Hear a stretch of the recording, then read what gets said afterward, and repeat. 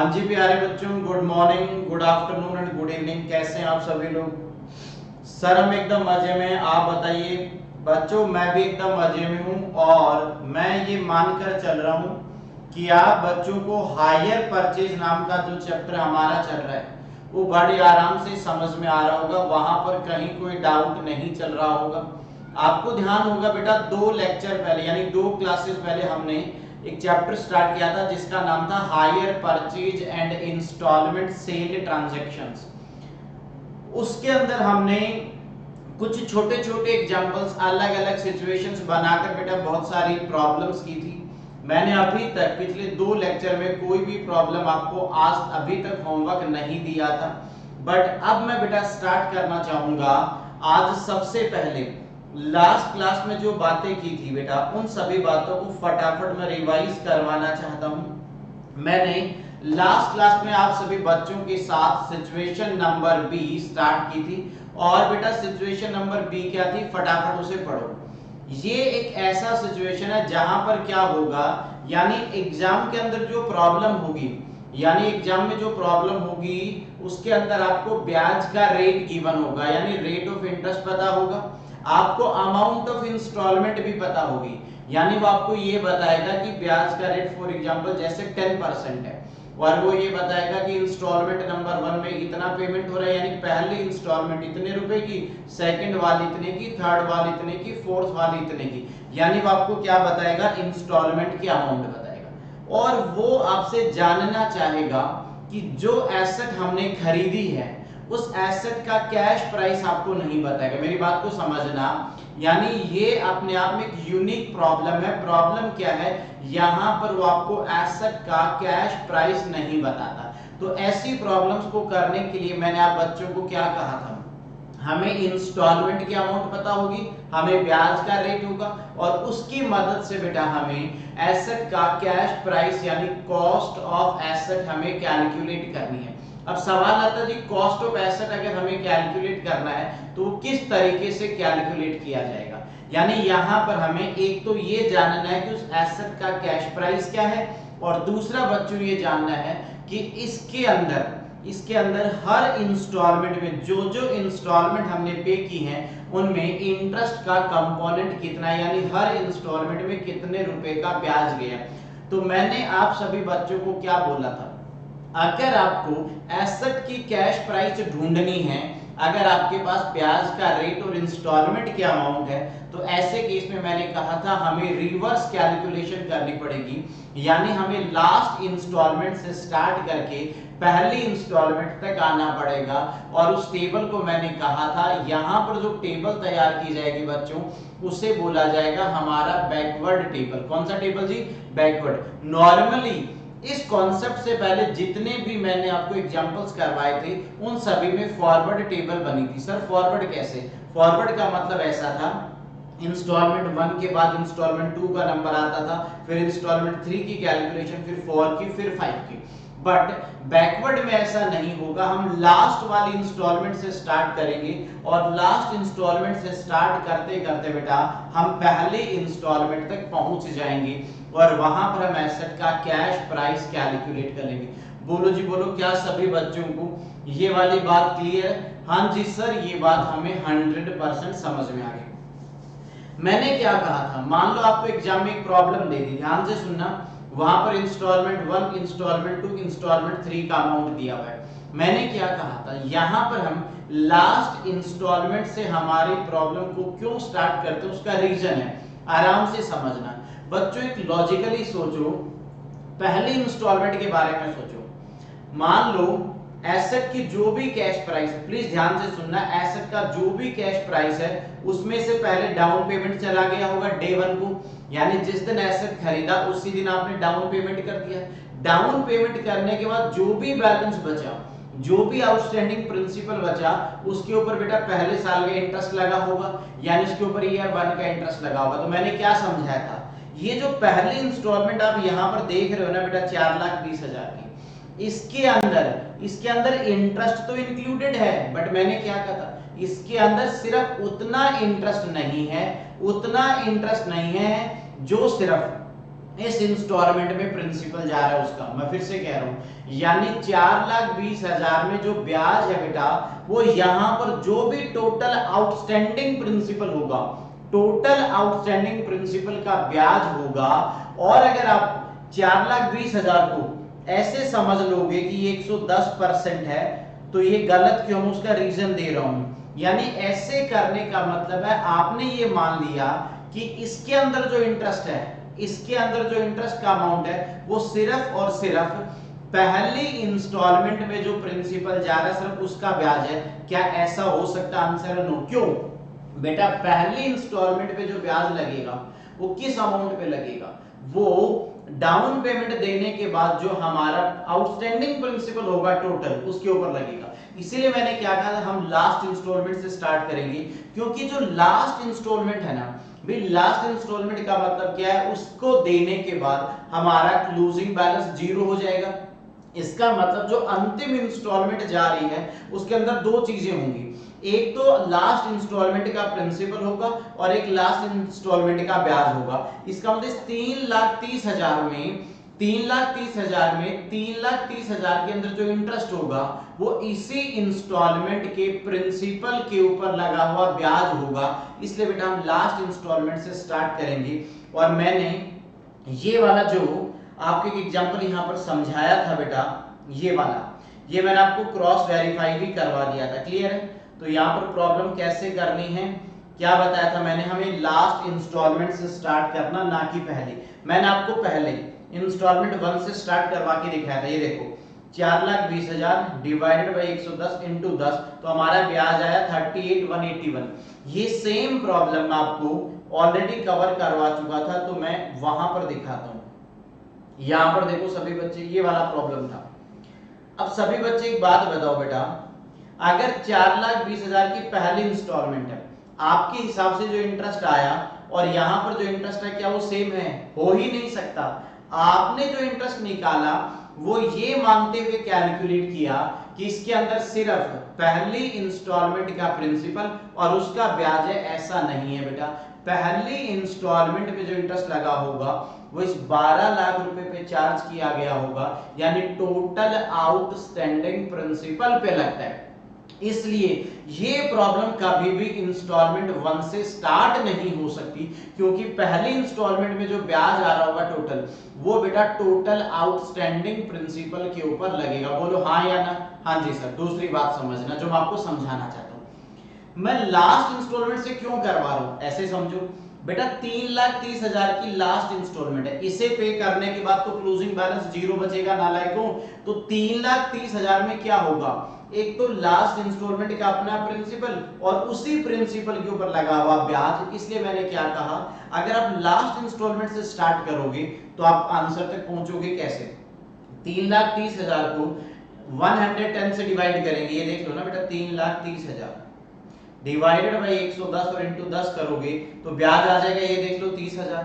तो अगर 3,30,000 में 30,000 ब्याज का तो 3 लाख प्रिंसिपल का आ गया। इसका मतलब क्या हुआ, लास्ट इंस्टॉलमेंट में क्या है, सिर्फ अपना उसी रिस्पेक्टिव इंस्टॉलमेंट का प्रिंसिपल और उसी इंस्टॉलमेंट में लगने वाला ब्याज। इसीलिए ये हमेशा लास्ट इंस्टॉलमेंट से स्टार्ट होगा। ये तो था इसका रीजन कि हमें बैकवर्ड क्यों स्टार्ट करना है। क्लियर है जी? तो ये बात तो आपको समझ में आ गया होगा, हमें लास्ट इंस्टॉलमेंट से क्यों स्टार्ट करना है, पहले इंस्टॉलमेंट से क्यों नहीं करना। हाँ जी सर, ये समझ गए। तो जब भी आपको एग्जाम में कैश प्राइस ऑफ एसेट मांगेगा, लास्ट इंस्टॉलमेंट से प्रॉब्लम स्टार्ट करो और पहले आप एक फॉर्मेट बना दो, ये मानते हुए कि आप फॉरवर्ड कैलकुलेशन कर रहे हो। फॉरवर्ड कैलकुलेशन वही, एसेट को खरीदा तो उसकी कैश प्राइस कितनी, उसमें से डाउन पेमेंट चला गया तो इतना हमारा टोटल आउटस्टैंडिंग यानी ओपनिंग लोन बचा, उस पे पहले साल का ब्याज लगाएंगे, ईयर 1 का इंटरेस्ट कैलकुलेट करेंगे, फिर हमारा टोटल अमाउंट आ जाएगा, उसमें से पहली इंस्टॉलमेंट माइनस करेंगे तो वो जो बचेगा वो लोन है, लेकिन वो सेकंड ईयर के लिए है, उस पे बेटा सेकंड ईयर का इंटरेस्ट लगेगा, उस पे सेकंड ईयर का इंस्टॉलमेंट माइनस हो जाएगा। इस तरीके से फॉर्मेट के अकॉर्डिंग हम चलेंगे। पहले हम एक सिंपल तरीके से फॉर्मेट लिखेंगे और फिर रिवर्स कैलकुलेशन करते करते हम अपने कैश प्राइस ऑफ एसेट तक पहुंच जाएंगे। उसके ऊपर बेटा मैंने आप बच्चों को दो प्रॉब्लम ऑलरेडी लास्ट क्लास में कवर करवा दी थी। यानी 2 छोटे छोटे एग्जांपल्स कवर करवा चुका हूं। अब मैं इसी के ऊपर, क्या सर इसके ऊपर और एग्जांपल्स करवाना चाहते हो? बिल्कुल बेटा, इसके ऊपर हमें और भी छोटे छोटे एग्जांपल्स कवर करने हैं। चलिए जी, एग्जांपल नंबर 8 लिखते हैं बच्चों यहां पर।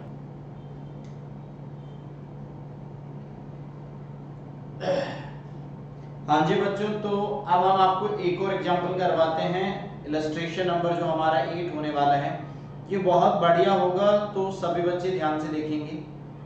इस पूरे एग्जांपल को मैं एक डायग्राम के फॉर्मेट में लिख रहा हूँ जी, यानी हम एक डायग्राम बना देंगे और बात खत्म। ध्यान से सुनना। ये है जी 1 जनवरी 2020।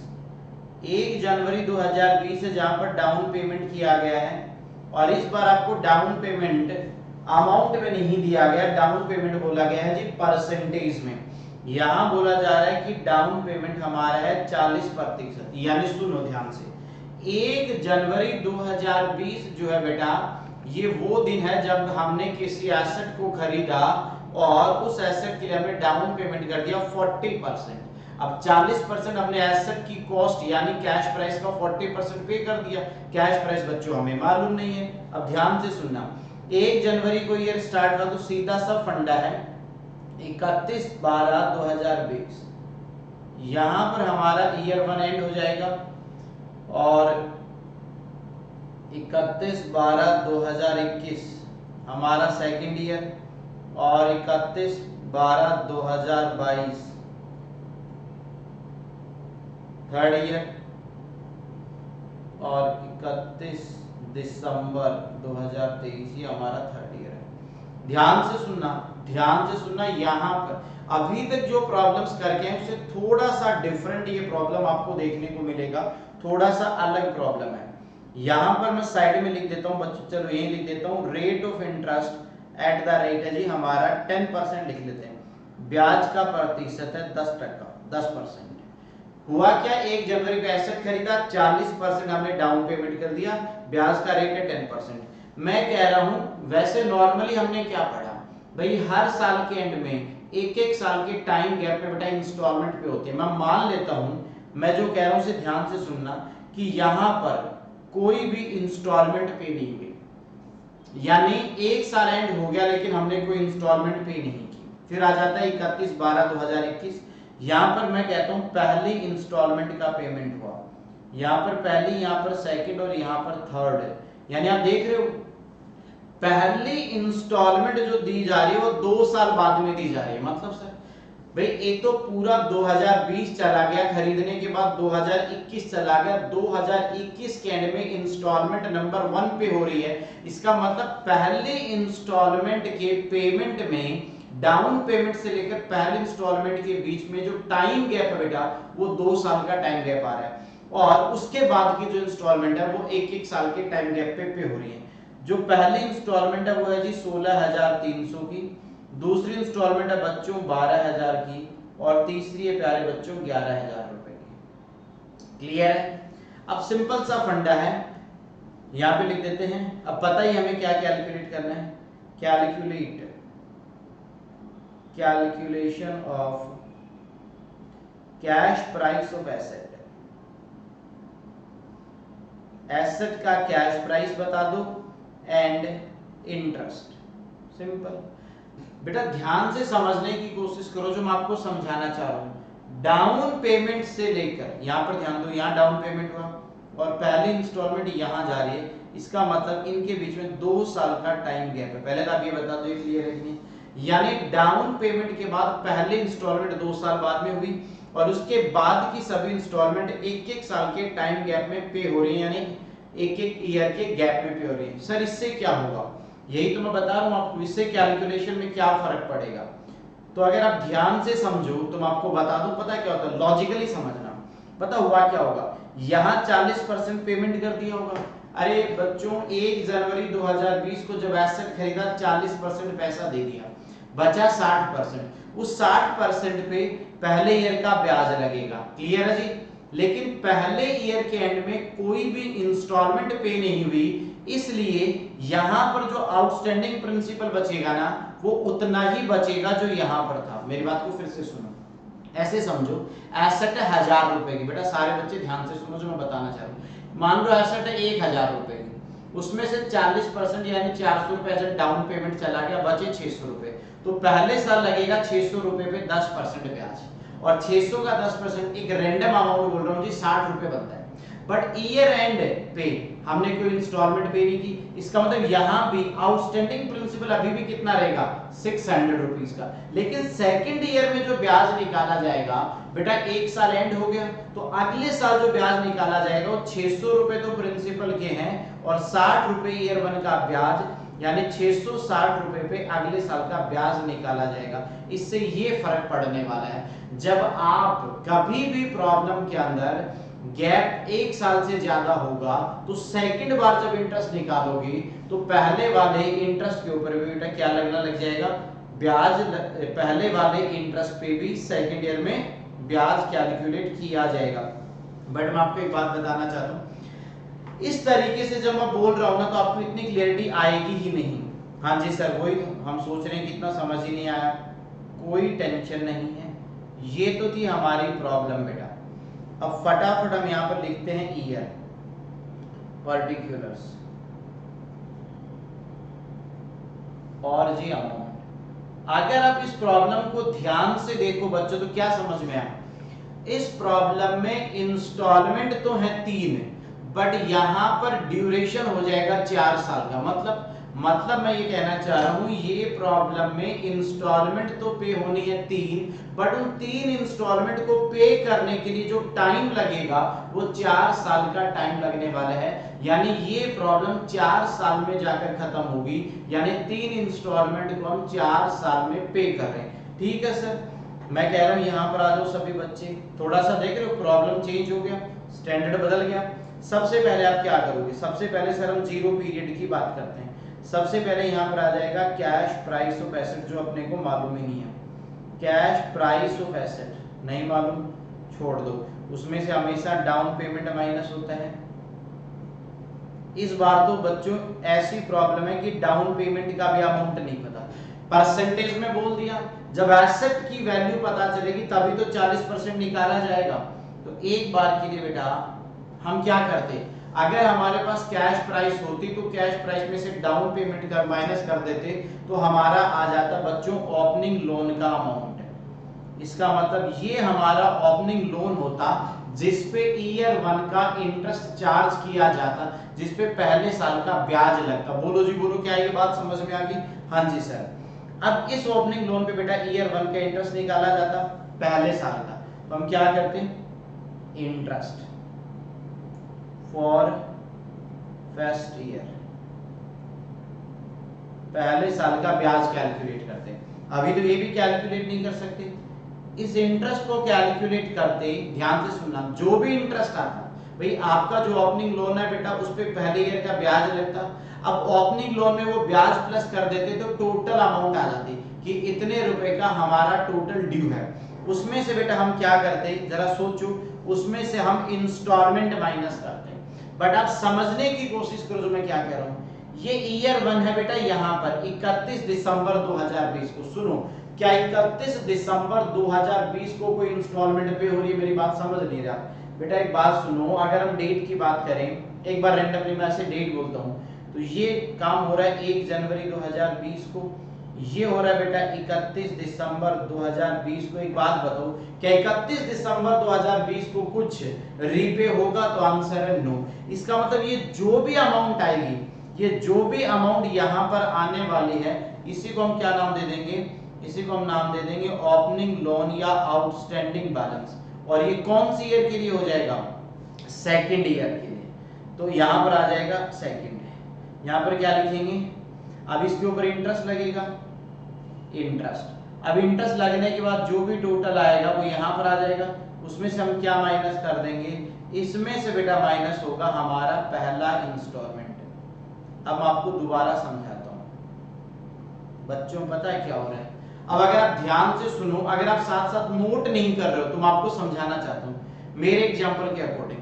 हमने कैसेट 1000 रुपए में खरीदी, लिखना मत बेटा, ये ऐसे ही समझा रहा हूं, उसका 40% 400 रुपए होता, उसमें 600 रुपए हमारा आउटस्टैंडिंग बचता, उसमें पहले साल का ब्याज बचता 60, तो पहले ईयर के एंड में 660 रुपए हो जाते। बट आप सभी को पता है पहले ईयर में कुछ भी पे नहीं हुआ, तो इस 660 पे बेटा सेकेंड ईयर का ब्याज लग जाता 66 रुपीज, और 660 में अगर हम 66 प्लस करें तो 726 यहाँ पर आता, और उसमें से पहली इंस्टॉलमेंट माइनस होती। यानी इंस्टॉलमेंट तो नंबर 1 है, पहली है, लेकिन वो पे कौन सी ईयर में हो रही है, सेकेंड ईयर में। यानी पहली इंस्टॉलमेंट को पे करने से पहले कितनी बार इंटरेस्ट लग चुका है, 2 बार इंटरेस्ट लग चुका है। क्या अब आपको ये बात समझ में आई? तो मैंने आपको कुछ बातें समझाई, क्या सभी नालायकों को ये चीजें समझ में आ रही है? हाँ जी सर। तो पहली इंस्टॉलमेंट यहाँ पर ले लेते तो यहाँ बच जाता ओपनिंग लोन, और ये ओपनिंग लोन कौन सी ईयर के लिए होता, ये होता बच्चों थर्ड ईयर के लिए। बस इस पे इंटरेस्ट कौन सी ईयर का कैलकुलेट होता, सेकेंड ईयर का इंटरेस्ट निकाला जाता। तो ओपनिंग लोन में ये इंटरेस्ट प्लस कर देते, बोलो जी बोलो। हाँ जी सर। उसमें बेटा हम क्या माइनस कर देते, उसमें सेकेंड इंस्टॉलमेंट माइनस कर देते हैं, सेकेंड, यानी थर्ड ईयर में सेकेंड इंस्टॉलमेंट माइनस होती, और ये माइनस करने के बाद जो आता है ये ओपनिंग लोन बचता। और ये कौन से ईयर के लिए होता जी, ये हमारे फोर्थ ईयर के लिए होता। उस पे बेटा फोर्थ ईयर का इंटरेस्ट कैलकुलेट किया जाता है, इसमें इंटरेस्ट प्लस हो जाता, इंटरेस्ट प्लस करने के बाद जो भी आता उसमें से थर्ड इंस्टॉलमेंट माइनस हो जाती, थर्ड इंस्टॉलमेंट। क्लियर है जी? और थर्ड इंस्टॉलमेंट माइनस करने के बाद जो क्लोजिंग बैलेंस बचेगा वो मैं आपको पहले ही बता चुका हूं बेटा, सभी इंस्टॉलमेंट पे करने के बाद जो बैलेंस बचेगा वो हमेशा जीरो होगा। पहले तो सारे बच्चे यहाँ तक बताओ समझ में आया कि नहीं? तो बाकी प्रॉब्लम से डिफरेंट क्या था यहाँ पर, यहाँ डिफरेंट सिर्फ ये था कि यहाँ पर एक साल एंड हो जाने के बाद पहले ईयर के एंड पे कोई भी इंस्टॉलमेंट का पेमेंट नहीं हो रहा, पहली इंस्टॉलमेंट 2 साल बाद में जारी है। इसका मतलब पहले इंस्टॉलमेंट से पहले 2 बार ब्याज लग चुका होगा। क्लियर है? हाँ जी सर। अब हम रिवर्स कैलकुलेशन चलाएं बच्चों, बिल्कुल चलाओ सर। क्लोजिंग बैलेंस 0, तीसरी इंस्टॉलमेंट हमारी कितने रुपए की है, 11,000 रुपए की। तो यहाँ पर ले लूंगा मैं थर्ड इंस्टॉलमेंट का अमाउंट 11,000 रुपए, बोलो जी बोलो। Yes sir. इसका मतलब सुनो, ध्यान से सुनो बेटा, एक बात बताओ, तीसरी इंस्टॉलमेंट क्या है, लास्ट इंस्टॉलमेंट का मतलब है उसके बाद कोई बैलेंस नहीं बचेगा। तो थर्ड इंस्टॉलमेंट पे होने का मतलब क्लोजिंग बैलेंस 0।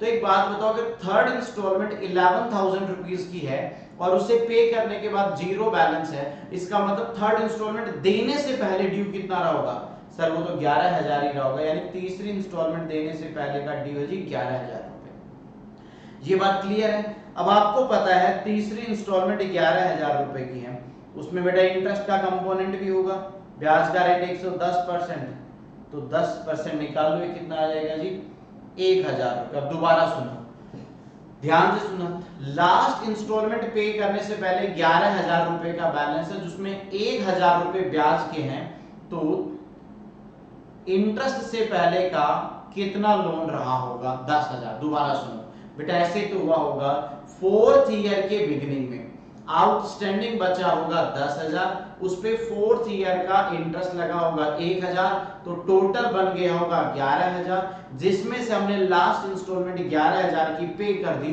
तो क्लोजिंग बैलेंस बचा होगा 0। ये बात तो समझ में आ गई ना? इस बार फोर्थ ईयर में थर्ड इंस्टॉलमेंट क्यों जा रही है, क्योंकि पहले ईयर में पहली इंस्टॉलमेंट नहीं की, यानी ईयर 1 में कोई इंस्टॉलमेंट नहीं है, सेकंड ईयर में पहली इंस्टॉलमेंट जा रही है, थर्ड ईयर में सेकंड जा रही है, फोर्थ ईयर में थर्ड इंस्टॉलमेंट जा रही है। उम्मीद है क्लियर हो गया। तो ओपनिंग लोन आपको समझ में आ गया कैसे निकाला, 11,000 का जो बैलेंस था, मतलब रिवर्स कैलकुलेशन में बता रहा हूं, ये 11 में से 1,000 ब्याज वाला हटा दिया। अब एक बात बताओ, सेकंड इंस्टॉलमेंट कितने की बच्चों, 12,000 रुपए की। आ जाओ जी, आ जाओ, यहाँ पर आ जाओ, ये रे 12,000। एक बात बताओ, ध्यान से सुनो, अरे नालायक बच्चों, एक बात बताओ, सेकंड इंस्टॉलमेंट पे करने के बाद आपके पास कितना बैलेंस बचेगा? सेकंड इंस्टॉलमेंट के बाद का बैलेंस है 10,000, सेकंड इंस्टॉलमेंट है 12,000 की। अगर हमसे कोई ये जानना चाहे कि सेकंड से पहले कितना ड्यू है। बेटा एक बात बताओ, सेकंड देने के बाद 10,000 अभी भी बचे हुए हैं, सेकंड इंस्टॉलमेंट 12,000 की है, यानी सेकंड इंस्टॉलमेंट देने से पहले का बैलेंस हमारा कुछ 22,000 रुपए का बनने वाला है।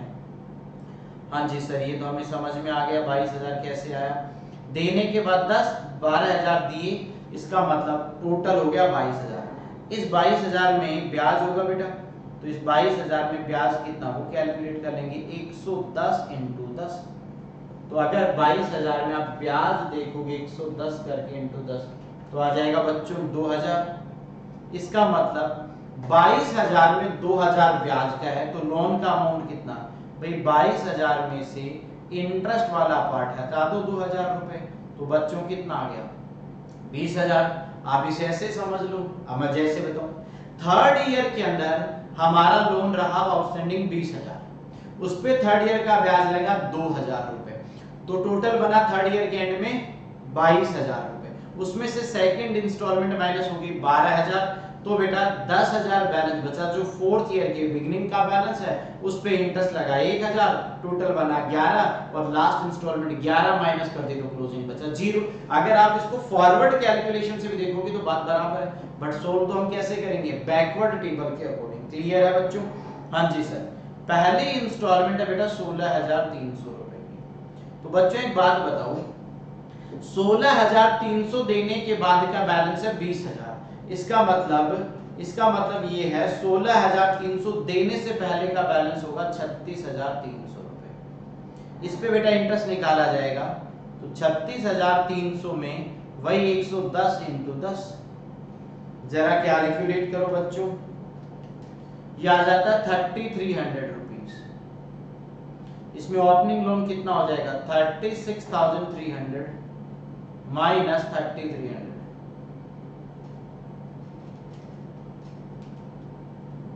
तो ये आ जाता है ओपनिंग लोन 33,000, 33,000 रुपए। ये 33,000 हमारा ड्यू रहा। क्लियर है? हाँ जी सर। बट आपको पता है ईयर 1 में कोई भी, ध्यान से सुनना, ईयर 1 में कोई भी इंस्टॉलमेंट पे नहीं हुई, तो बेटा ये 33,000 विद इंटरेस्ट होगा, इसमें पहले साल का ब्याज होगा, इसमें 33,000 में से पहले ईयर का इंटरेस्ट हटा दो 110 इंटू 10 करके, तो 33,000 डिवाइडेड अपॉन 110 इंटू 10, तो पहले ईयर का इंटरेस्ट आ जाएगा, कुछ आ रहा है हमारा 3,000। इसका मतलब पहले ईयर का ब्याज लगने के बाद 33,000 है, उसमें 3,000 इंटरेस्ट है, तो लोन कितना हो जाएगा 33,000 माइनस 3,000 इक्विवेलेंट हो जाएगा बच्चों 30,000। क्या सभी बच्चों को पहले ही बताओ ये समझ आया कि नहीं? इसका मतलब डाउन पेमेंट देने के बाद जो हमारा आउटस्टैंडिंग प्रिंसिपल है ना बच्चों, वो 30,000 रुपए का रहेगा। बोलो जी बोलो, क्या ये बात समझ में आ गई? हाँ जी सर, ये बात हमें एकदम क्लियर है। यानी सुनो, डाउन पेमेंट देने के बाद हमारा 30,000 का बैलेंस रहा। क्लियर है? रिवर्स कैलकुलेशन समझ में आई? इस प्रॉब्लम के अंदर उन्होंने डाउन पेमेंट हमें बताया नहीं, परसेंटेज में बोल दिया। कितना परसेंट जी? 40%। अब सुनना, ध्यान से सुनना, अब आपको एक बात बोलूं, ध्यान से सुनो। तो इसका मतलब 40% यानी एसेट की वैल्यू का 40% जो है वो बेटा डाउन पेमेंट में चला गया। इसका मतलब 60% यानी एसेट की वैल्यू का 60% अमाउंट हम इंस्टॉलमेंट में पे कर रहे हैं। इसका मतलब ये 30,000 कितने परसेंट के इक्विवेलेंट है जी? ये है 60% के इक्विवेलेंट। तो हम यहां से निकाल सकते हैं total cash price of asset. कैसे निकालोगे बेटा? एक बात बताओ, 30,000 जो है वो कितने परसेंट को रिप्रेजेंट करता है? 60% को। 60% क्यों बोला आप ये समझे क्या बेटा? एक बात बताओ, एसेट की जो टोटल कॉस्ट है वो 100% है, उसमें से 40% डाउन पेमेंट में चला गया। इसका मतलब बचा हुआ 60% पैसा हम किस में पे करेंगे? अलग अलग इंस्टॉलमेंट में पे करेंगे। इसका मतलब ये जो 30,000 आप देख रहे हो ये जस्ट डाउन पेमेंट के बाद का लोन है। इसका मतलब ये 40% माइनस होने के बाद की अमाउंट है। इसका मतलब ये 60% है। इसका मतलब एसेट की टोटल कॉस्ट है 50,000। तो यहां से अमाउंट ऑफ डाउन पेमेंट आ जाएगा।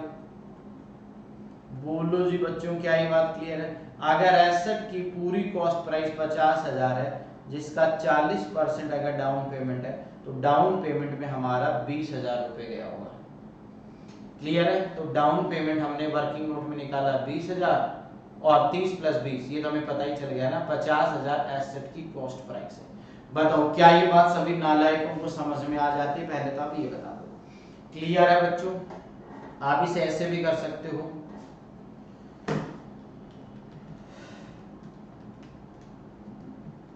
ये जो 30,000 है यहाँ पर भी कैलकुलेशन दिखा दो। 30,000 जो है ये है जी 60% और डाउन पेमेंट है 40%, तो 60 से डिवाइड करके 40 से मल्टीप्लाई कर दो, बात बराबर ही है।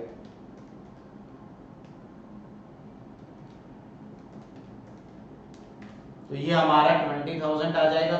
तो डाउन पेमेंट का अमाउंट 20,000 है, तो एसेट की कैश प्राइस होगी 50,000। पहले तो सारे बच्चे समझाओ, बैकवर्ड से आपको चीजें समझ में आई या नहीं आई? इस प्रॉब्लम में दो नए पॉइंट थे। एक तो आपको जो डाउन पेमेंट है उसकी अमाउंट ना देकर वो परसेंटेज में दिया हो तो कैसे निकाला जाएगा, एक तो मैं वो समझा रहा हूं यहां पर। और दूसरा यहां पर बीच में पहली इंस्टॉलमेंट जो पे हो रही है वो 2 साल बाद में हो रही है, यानी पहली इंस्टॉलमेंट के पेमेंट का जो गैप है वो 2 साल का गैप है। तो अगर आपने इसे नोट कर लिया तो मैं इसे फॉरवर्ड तरीके से समझाऊं। मान लो बच्चों इस प्रॉब्लम में तुम्हें कैश प्राइस दी हुई होती, अगर इस प्रॉब्लम में कैश प्राइस दिया हुआ होता तो कैसे करते, तभी तो आपको समझ में आएगा।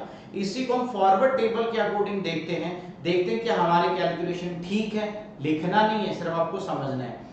बेटा इंस्टॉलमेंट 3 थी बट 4 साल में कवर हो रहा है, ये बात आपको क्लियर है। अगर मान लो यहां पर हमें कैश प्राइस पता होती 50,000, तो हम क्या करते? सुनो, हम क्या कहते जी 50,000 एसेट की कैश प्राइस है, 40% डाउन पेमेंट, तो 50,000 का 40% 20,000 रुपए हो जाता बच्चों, बचता 30,000। इसका मतलब ये 30,000 वो प्रिंसिपल है जो हमें डिफरेंट इंस्टॉलमेंट में पे करना है, तो हमारे पास ओपनिंग लोन बन जाता 30,000 का। इसके ऊपर बेटा पहले पूरे साल का 2020 का ब्याज लगता 10%, तो 30,000 पे ब्याज हो जाता 3,000 रुपए। तो ईयर 1 के एंड में ध्यान से सुनना, पहले साल के एंड में आपका टोटल अमाउंट हो जाता 33,000। भाई 30,000 ओपनिंग प्रिंसिपल, 3,000 का इंटरेस्ट आ जाता उस पे 33,000। एक बात बताओ यार, क्या ईयर 1 के एंड में कुछ भी पे हुआ? आंसर है नो। पहले साल के एंड में कुछ भी पे नहीं हुआ, तो ये 33,000 जो है ना, जब आपने पहले ईयर में कुछ पे किया ही नहीं तो यही 33,000 सेकंड ईयर का ओपनिंग लोन बनेगा। इस 33,000 पे सेकंड ईयर का ब्याज कैलकुलेट किया जाएगा 10%, वो आ जाता बेटा 3300। तो 33,000 में 3300 प्लस कर दे तो आ जाता 36,300। उसमें सेकंड ईयर के एंड में हमारा टोटल ड्यू होता 36,300 रुपए। उसमें बेटा पहली इंस्टॉलमेंट माइनस होती 16,300 रुपए की। इसमें से 16,300 की अमाउंट माइनस करते तो हमारा 20,000 का बैलेंस बचता। ये बैलेंस सेकंड ईयर के एंड में है तो थर्ड ईयर का ओपनिंग लोन बनता, इस पे बेटा तीसरे साल का ब्याज लगता। तो 20,000 पे 10% थर्ड ईयर का ब्याज 2,000, तो टोटल हो जाता 22,000। उसमें से बेटा हमारे सेकंड इंस्टॉलमेंट माइनस हो जाती 12,000 रुपए, तो बचता आप देख रहे हो 10,000, और इस 10,000 पे फोर्थ ईयर का ब्याज लगता है 1,000, तो हो जाता है 11,000, और उसमें बेटा लास्ट इंस्टॉलमेंट का पेमेंट हो जाता बच्चों 11,000 रुपए का। तो ये 11,000 माइनस करने से क्लोजिंग बैलेंस आ जाता बच्चों 0 रुपए का। बताइए क्या सभी को ये पूरी कैलकुलेशन, पूरी बातें समझ में आ गई? Yes sir. और मैं ये उम्मीद करता हूं सभी नालायकों ने ये सारी बातें नोट भी कर ली होंगी। बिल्कुल सर, ये सारी बातें हमने नोट कर ली। तो अगर आपने नोट कर ली हैं तो अब मैं आपको इसके ऊपर हमारी बुक के कुछ प्रॉब्लम्स करवाता हूं, जिससे आपको थोड़ा कॉन्फिडेंस बनेगा कि एग्जाम में किस तरीके की प्रॉब्लम्स आपको देखने को मिलेंगी। आपको लगेगा कि आप एग्जाम वाली प्रॉब्लम कर पाओगे या नहीं कर पाओगे। उम्मीद है यहाँ तक सब कुछ समझ में आ गया होगा। बेटा मैं क्या कह रहा हूँ, हमें एक क्लास बेशक इस चैप्टर में ज्यादा लग जाए उसकी हमें कोई टेंशन नहीं है, बट आप ये मानकर चलो इसमें हम सारे कॉन्सेप्ट और सभी प्रॉब्लम्स को करके जाएंगे, क्योंकि यहाँ से अगर एग्जाम में प्रॉब्लम आती है तो बेटा वहां पर हमारा सब प्रॉब्लम गलत नहीं होना चाहिए, ये हमारे माइंड में एकदम क्लियर रहना चाहिए। यानी हमें यहाँ से पूरे के पूरे नंबर लाने हैं। ठीक है सर, आप इतना कह ही रहे हो तो हम मान लेते हैं कि सारे नंबर हमें लेकर आने हैं। प्रॉब्लम नंबर 3 आ जाओ इसके ऊपर। सभी बच्चे प्रॉब्लम नंबर 3 पे पहुंचेंगे। हमारी वाली बुक की प्रॉब्लम नंबर 3 करवाने जा रहा हूं। आज हम क्या कह रहे हैं? कह रहा है Asha purchase a truck on hire purchase system. ये आज पहली बुक की प्रॉब्लम स्टार्ट हो रही है। अभी तक तो छोटे छोटे एग्जांपल्स में उलझे हुए थे, एग्जांपल्स ही करते जा रहे थे। पढ़ो क्या कह रहा है। आशा ने ट्रक खरीदा। As per the terms she is required to pay 70,000 down. आशा ने जो ट्रक खरीदा, एग्रीमेंट कहता है 70,000 आपको इमीडिएट पे करना है, यानी down 53,000 eight the end of first year. पहले साल के एंड में 53,000 यानी पहली किस्त चली जाएगी। 49,000 eight the end of second year यानी दूसरे साल के एंड में दूसरी इंस्टॉलमेंट चलेगी, और 55,000 रुपए की थर्ड ईयर में चली जाएगी। इंटरेस्ट का रेट है बेटा 10%। You are required to calculate the total cash price. देखो ध्यान से क्या पूछा हमसे, cash price, the truck and the interest paid with each installment. ये कौन सा कॉन्सेप्ट है?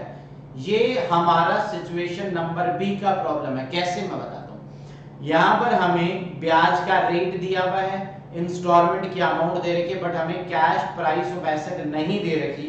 तो ये वही प्रॉब्लम है, problem number 3।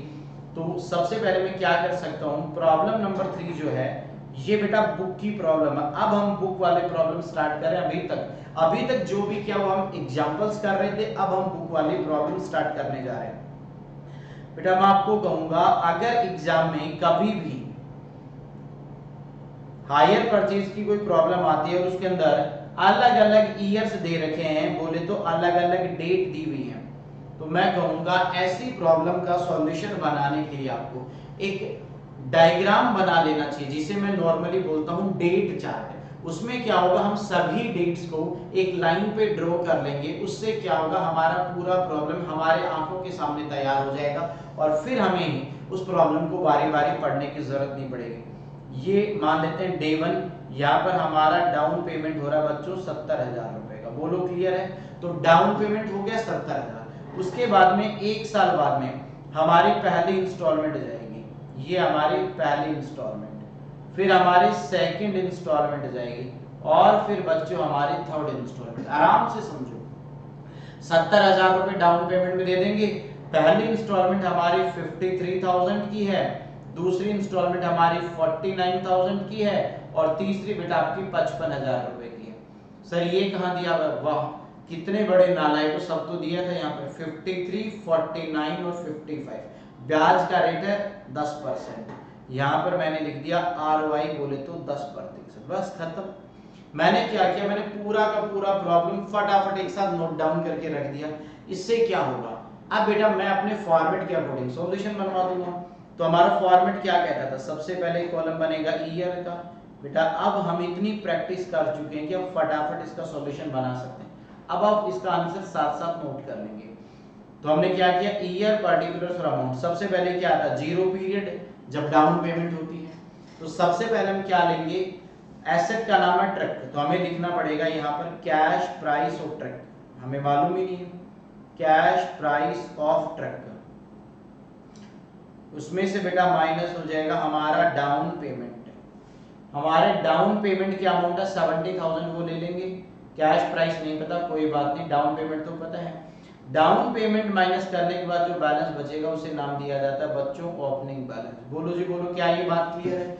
Down payment 70,000 minus करने के बाद हमारा ओपनिंग बैलेंस आ जाएगा। अब बेटा ईयर 1 का कैलकुलेशन स्टार्ट होगा, उसके ऊपर लगेगा ब्याज। अब क्या होगा बेटा, जो ओपनिंग लोन होगा उस पे पहले ईयर का इंटरेस्ट लगेगा, फिर हमारा टोटल आएगा, उसमें से हम माइनस कर देंगे पहली इंस्टॉलमेंट।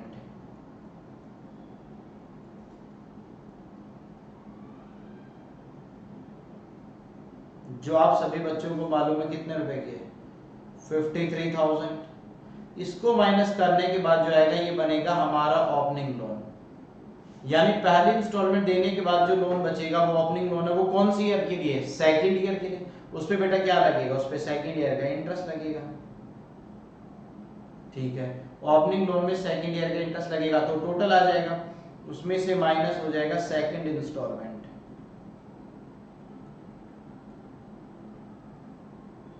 दूसरी वाली इंस्टॉलमेंट माइनस कर देंगे।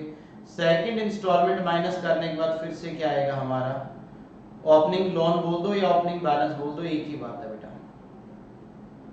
तो यहाँ पर फिर से ओपनिंग बैलेंस आ जाएगा। ये हमारा थर्ड ईयर के बिगिनिंग के लिए है। इस पे बेटा थर्ड ईयर का ब्याज लगेगा, इसमें हमें इंटरेस्ट प्लस करना पड़ेगा तीसरे साल का, तो टोटल आ जाएगा। इसमें से क्या माइनस कर देंगे, थर्ड इंस्टॉलमेंट माइनस कर देंगे। और थर्ड इंस्टॉलमेंट माइनस करने के बाद जो बचेगा उसे क्या बोला जाता है, क्लोजिंग बैलेंस। और आप सभी बच्चे जानते हो लास्ट इंस्टॉलमेंट देने के बाद क्लोजिंग बैलेंस हमारा होता है 0 रुपए। बोलो जी बोलो, क्या ये बात समझ में आ गई? हाँ जी सर ये तो क्लियर है। चलो फटाफट देखो, तीसरी इंस्टॉलमेंट है 55,000 रुपए की, 55,000 रुपीज, ये लो 55,000। अब सुनो मैं दोबारा बोल रहा हूँ, 55,000 रुपए की लास्ट इंस्टॉलमेंट देने के बाद क्लोजिंग बैलेंस 0, तो इस इंस्टॉलमेंट से पहले का बैलेंस भी कितना होगा, 55,000 ही होगा बच्चों। भाई इंस्टॉलमेंट देने के बाद 0 है तो इंस्टॉलमेंट देने से पहले कितना, 55,000। तो 55,000 में बेटा ब्याज कैलकुलेट कर लो लास्ट इंस्टॉलमेंट का, 110 into 10 निकालो जरा कितना आता है। सर जी ये तो 5,000 रुपए आता है।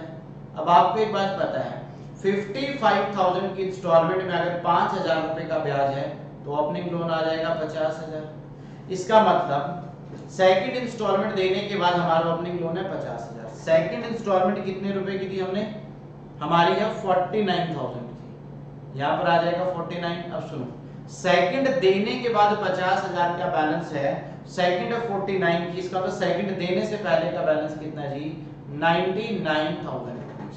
इस पे ब्याज निकाला जाएगा 99,000 डिवाइडेड अपॉन 110 इनटू में 10%, तो यहाँ पर इंटरेस्ट आ जाएगा जी 9,000 रुपए। बोलो बच्चों क्लियर है? तो 99,000 जो था उसमें 9,000 अगर ब्याज का है तो ओपनिंग लोन हो जाएगा 90,000 रुपए का।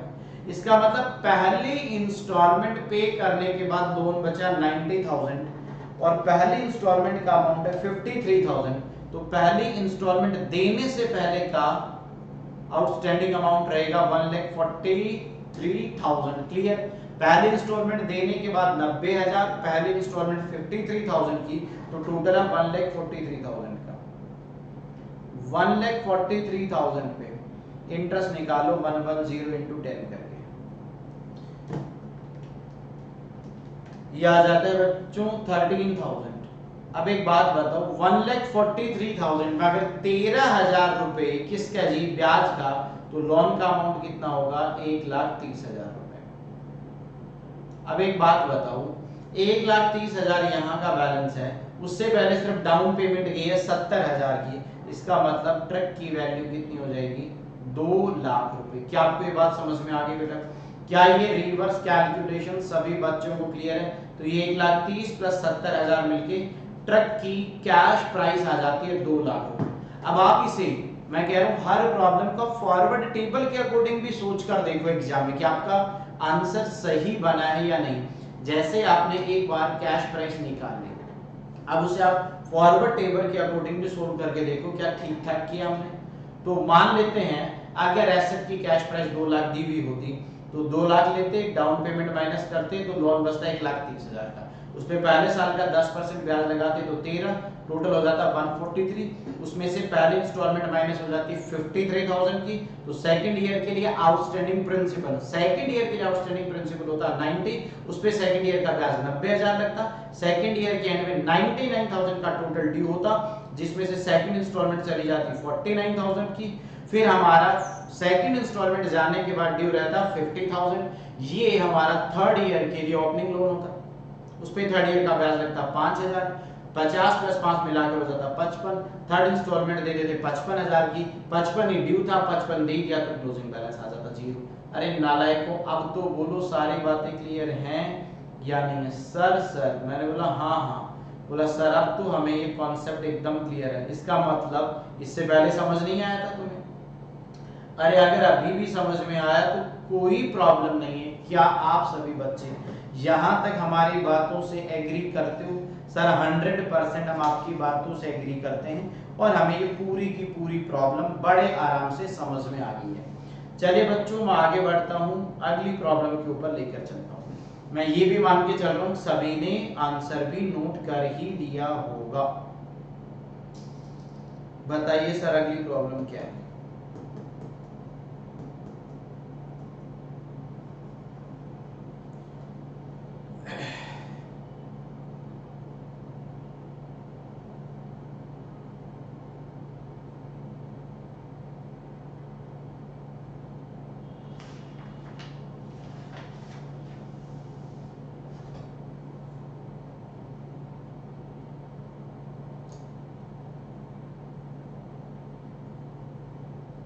मैं कह रहा हूँ बेटा, जितनी प्रॉब्लम की प्रैक्टिस करेंगे तो उतना ही हमारा कॉन्सेप्ट क्लियर हो जाएगा। पढ़ो। कह रहा है ए ने एक्वायर्ड किया, 9th नंबर प्रॉब्लम पे आ जाओ। 1 जनवरी 2021 को मशीन, पढ़ो फटाफट क्या कह रहे हैं। कह रहा है जनवरी 2021 को मशीन खरीदी हायर परचेज एग्रीमेंट में, जहां पर ये पॉइंट काम कर 5 हाफ ईयरली इंस्टॉलमेंट दी जाएंगी। इसका मतलब 6 महीने के गैप में बेटा इंस्टॉलमेंट पे होंगी 6,000 रुपए की, यानी हर 6 महीने बाद एक इंस्टॉलमेंट जाएगी 6,000 की। पहली इंस्टॉलमेंट 1 जुलाई 2021 को पे होगी। सुनो, एसेट खरीदी जनवरी को, तो पहली इंस्टॉलमेंट 6 महीने बाद 1 जुलाई को डी होगी। सब ठीक ठाक है। Assuming that the applicable rate of interest is 10% per annum, ब्याज का रेट 10% पर एनम। अब देखो यहाँ पर मैंने लास्ट क्लास में एक एग्जांपल करवाया था ये बात समझाने के लिए। पेपर में बच्चा गलती क्या करता है, जब वो परसेंटेज लगाता है तो 10% ही यूज कर लेता है। बच्चों गलत हो जाएगा। ये 10% सालाना ब्याज का रेट है, तो हाफ ईयरली रेट होगा बच्चों 5% है। ये गलती नहीं करनी है पेपर में। ये ऐसी मिस्टेक करेंगे तो एग्जामिनर को भी लगेगा कि ये बच्चा प्रोफेशनल कोर्स कर रहा है, लायक तो नहीं लग रहा है इस चीज के लिए। और बेटा हम अपनी ऐसी इमेज बनाकर आए एग्जामिनर के सामने तो कैसे काम चलेगा। हम उसे दिखाएंगे कि हम 100% एलिजिबल है इस कोर्स को करने के लिए, आप हमें पास तो करके देखो, हम धमाल मचा देंगे मार्केट में जाकर। ऐसे नहीं दिखाना कि एकदम गधेड़े बच्चे यहाँ पर पढ़ रहे हैं और समझे भी नहीं प्रॉब्लम का सॉल्यूशन बनाए, ऐसा नहीं। Calculate the cash value of the machine, कह रहा साहब मशीन का कैश प्राइस निकालो। वैसे बहुत आसान है बट मैं करवा देता हूँ। देखो बच्चों, मैं आपके साथ कर क्या रहा हूँ, मैं आपके साथ सिर्फ टाइम पास कर रहा हूँ। सर ऐसे काम क्यों कर रहे हो आप हमारे साथ, काहे को टाइम पास कर रहे हो सर, पढ़ाओ ना सर प्लीज। अरे बच्चों, ये प्रॉब्लम्स जो मैं आपको करवा रहा हूँ, अब कॉन्सेप्ट हो जाने के बाद ये टाइम पास ही तो चल रहा है। बट एक बात समझो, जब तक हम प्रॉब्लम की प्रैक्टिस नहीं करेंगे, हम इतनी प्रैक्टिस करेंगे कि हम सभी प्रॉब्लम का धुआं धुआं कर देंगे। यानी अगर एग्जाम में प्रॉब्लम दिखाई दी तो हम इतने आराम से उसका आंसर बनाएंगे कि हमें समय ही नहीं लगने वाला है वहां पर। इसका मतलब अगर मैं ध्यान से समझाऊं तो बच्चों को, सर आप ध्यान से ही समझाओ, हमें कोई जल्दबाजी नहीं है। चलिए, अगर आपको जल्दबाजी नहीं है तो टेंशन अपने को भी नहीं है बेटा, हमारे पास भी खूब टाइम है, आराम आराम से सभी प्रॉब्लम्स करवाते जाएंगे और आगे बढ़ते जाएंगे। 1 जनवरी 2021 को एसेट खरीदी, तो पहले यहाँ पर एक डेट आ जाएगी 1 जनवरी 2021। ये क्या है बच्चों, ये डाउन पेमेंट देने की दिन है। मेरे हिसाब से इस प्रॉब्लम में डाउन पेमेंट है ही नहीं। अच्छा, कोई बात नहीं, यानी इस प्रॉब्लम में एक चीज नोटिस करो, डाउन पेमेंट ही नहीं है। सर ऐसे भी प्रॉब्लम्स हो सकती हैं क्या, वैसे नॉर्मली होती तो नहीं है बेटा एग्जाम में जो एग्जामिनर प्रॉब्लम बनाता है वो तो कुछ भी कर सकता है। सर यहाँ डाउन पेमेंट नहीं किया तो क्या प्रॉब्लम है, डाउन पेमेंट को जीरो मान लेंगे। अरे मेरे भाई, डाउन पेमेंट नहीं है तो डाउन पेमेंट को जीरो मान लिया जाएगा। नहीं दिया तो मैं ये लो तुम्हारी तसल्ली के लिए लिख देता हूँ कि भाई साहब डाउन पेमेंट इन्होंने दी नहीं, सो ये जीरो है। 1 जनवरी को एसेट खरीदा, पहली इंस्टॉलमेंट यहां जाएगी। इस डेट का नाम है हमारा 1 जुलाई। 1 जुलाई 2021 पहली इंस्टॉलमेंट चलेगी, बहुत ही बढ़िया। उसके बाद में सेकंड इंस्टॉलमेंट कब जाएगी बेटा, 1 जनवरी 2022 को, अगले 6 महीने बाद, जनवरी से जुलाई से, फिर दोबारा 1 जुलाई 2022, यहाँ पे सेकंड इंस्टॉलमेंट, यहाँ पे थर्ड, फिर हमारा 1 जनवरी, 2023, ये 4th, और फिर 1 जुलाई 2023 को हमारा 5वां इंस्टॉलमेंट चला जाएगा। पहले तो ये बताओ, ये समझ में आया कि 1 जुलाई को पहली की, फिर 1 जनवरी को हुई, फिर अगले साल की 1 जुलाई को हुई, फिर उसके अगले साल की 1 जनवरी को हुई, फिर 1 जुलाई को। इस तरीके से चल रहा है? हाँ सर ये तो चल रहा है, कोई प्रॉब्लम नहीं है, आराम से। ये तो क्या, सिर्फ मैंने यहाँ पर बातें लिखी और कुछ नहीं। यहाँ पर इंस्टॉलमेंट की अमाउंट भी यार बराबर है, 6000, 6000, 6000 और 6000 रुपीज का इंस्टॉलमेंट बताया है। रेट ऑफ इंटरेस्ट बताओ कितना बताया है। देखो प्रॉब्लम में कितना दिया है, ब्याज का रेट 10%। अब हम क्या करेंगे, हाफ ईयरली रेट निकालेंगे इससे, हाफ ईयरली इंटरेस्ट रेट। 10% का जो रेट है वो पूरे साल का है, तो 1/2 करके 5% हमारा हाफ ईयर का रेट आ जाएगा, यानी 6 महीने का ब्याज आ जाएगा। 5 इंस्टॉलमेंट है। इस बार बेटा मैं ईयर के कॉलम की बजाय इंस्टॉलमेंट का कॉलम बना देता हूं, क्योंकि 5 इंस्टॉलमेंट तो हमें 5 बार लिखना पड़ेगा। ईयर को मैंने रिप्लेस कर दिया इंस्टॉलमेंट से। चाहो तो ऐसे भी कर सकते हो, एक ईयर का भी बना लो, एक इंस्टॉलमेंट का भी बना लो, अगर आप ऐसा चाहते हो तो ऐसा भी कर सकते हो। बट मैंने ईयर वाला कॉलम रिमूव कर दिया, यानी पूरी प्रॉब्लम 2.5 साल में कंप्लीट हो जाएगी। इंस्टॉलमेंट 5 है बट प्रॉब्लम 2.5 ईयर में कंप्लीट हो जाएगा, क्योंकि 6 मंथ में यहाँ पर पे हो रहा है। यहाँ पर 0 पीरियड लिखूंगा मैं सबसे पहले, या मैं यहाँ पर कुछ भी नहीं लिखता हूँ, इग्नोर कर देता हूँ। सबसे पहले यहाँ पर क्या आएगा जी, कैश प्राइस ऑफ एसेट।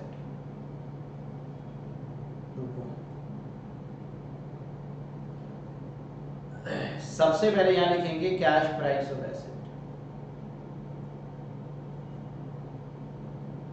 मालूम ही नहीं है इसमें बेटा, हम तो फॉर्मेट के अकॉर्डिंग चलेंगे जो हमने समझ रखा है। डाउन पेमेंट, इस प्रॉब्लम में कुछ नहीं दिया तो मैंने डाउन पेमेंट को मैंने कहा ना बेटा मैं 0 मान लूंगा, तो यहाँ का ओपनिंग लोन आ जाएगा। उस पे बेटा ये इंस्टॉलमेंट नंबर 1 है, उस पे ब्याज लगेगा। उस पे क्या लगेगा जी, उस पे लगेगा इंटरेस्ट। ठीक है, हम क्या करेंगे, ओपनिंग लोन जो भी होगा उसमें बेटा इंटरेस्ट प्लस कर देंगे, तो टोटल आ जाएगा।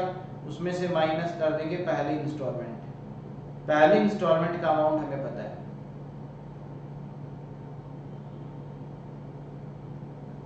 पहली इंस्टॉलमेंट की अमाउंट बताओ बेटा कितने रुपए की है। सर वो हमारी 6000 रुपए की है। तो इसे पे करने के बाद जो बचेगा उसे हम क्या बोलेंगे, ओपनिंग लोन। ये वो लोन है जिसपे सेकंड ईयर नहीं बोलूंगा, सेकंड इंस्टॉलमेंट का ब्याज लगेगा। तो यहाँ पे सेकंड इंस्टॉलमेंट आ जाएगी, इस पे प्लस कर देंगे interest, interest on second installment. इसको प्लस करेंगे तो टोटल अमाउंट आ जाएगा, उसमें से माइनस कर देंगे सेकंड इंस्टॉलमेंट।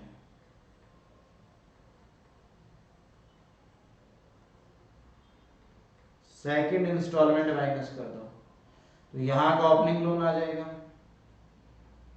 इस लोन पे बेटा तीसरी इंस्टॉलमेंट का ब्याज लगेगा प्लस इंटरेस्ट। ये ओपनिंग लोन थर्ड इंस्टॉलमेंट के लिए है, इस पे थर्ड इंस्टॉलमेंट का ब्याज लगेगा। ये देखो फिर से हमारा ओपनिंग लोन आ जाएगा, और ये ओपनिंग लोन हमारा फोर्थ इंस्टॉलमेंट के लिए होगा। इस पे सॉरी कुछ गलत कर दिया है, मिनट को, पहली इंस्टॉलमेंट दूसरी,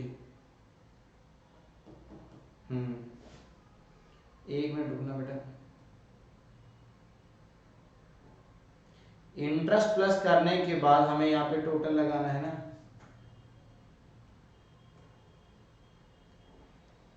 सेकंड ईयर की इंस्टॉलमेंट के बाद थर्ड ईयर के लिए ओपनिंग लोन बचा, उस पर ब्याज लगा तो टोटल आया। उसमें से क्या माइनस होगा, उसमें से माइनस होगी थर्ड इंस्टॉलमेंट।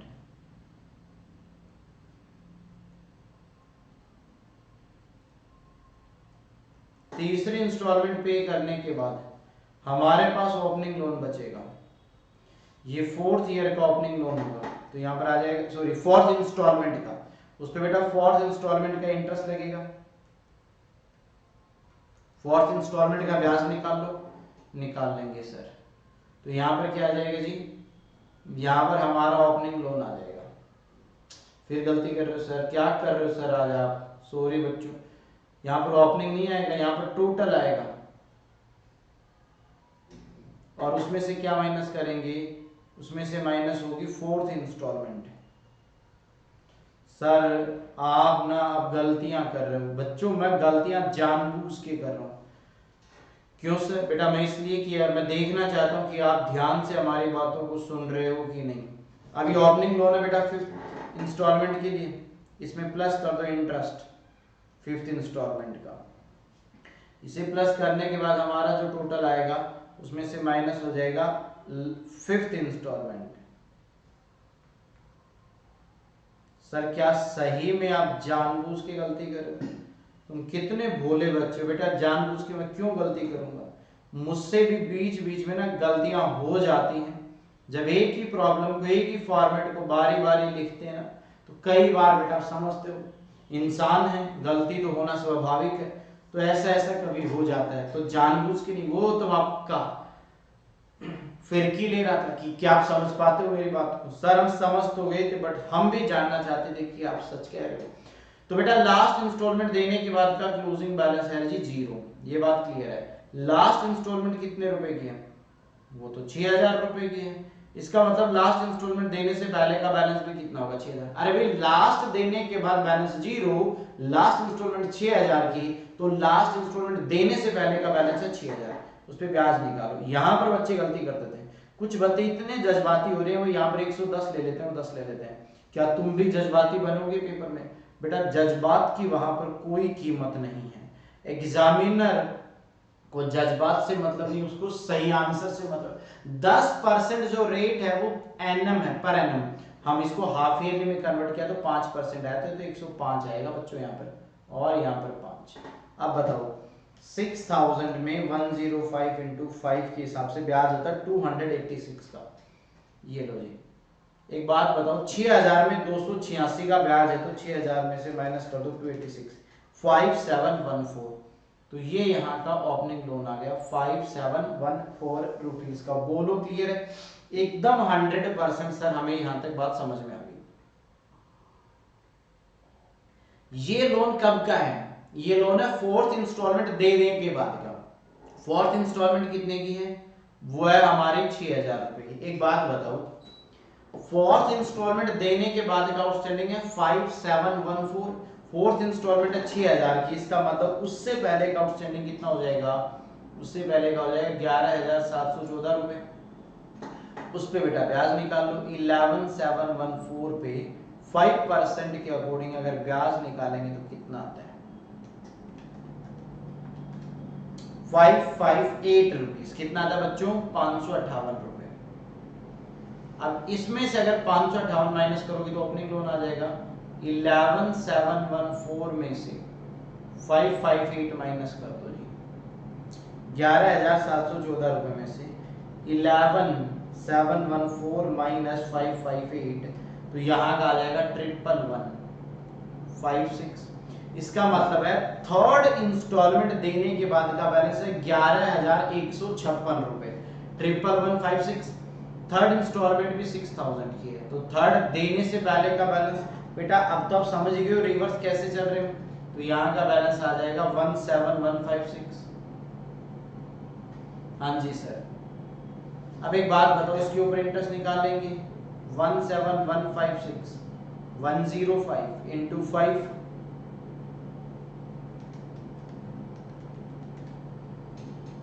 817 आ गया यहाँ का इंटरेस्ट।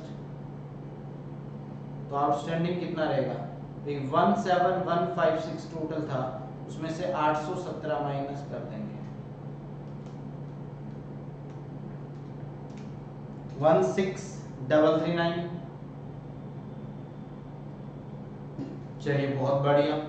सेकंड इंस्टॉलमेंट 6000 की गई, तो सेकंड देने के बाद अगर 16300 कुछ था, तो सेकंड देने से पहले कितना? 222339 इसमें बेटा इंटरेस्ट निकालो। 2239 डिवाइडेड अपॉन 105 इंटू 5, तो 1064 आ जाएगा यहाँ का ब्याज। अब इसमें से अगर ब्याज हटा देंगे -1064 तो प्रिंसिपल कितना आ जाएगा 2233 9 -1064 21275। उसमें बेटा पहले इंस्टॉलमेंट प्लस कर दो तो यहां का लोन आ जाएगा, एक सेकेंड रुको,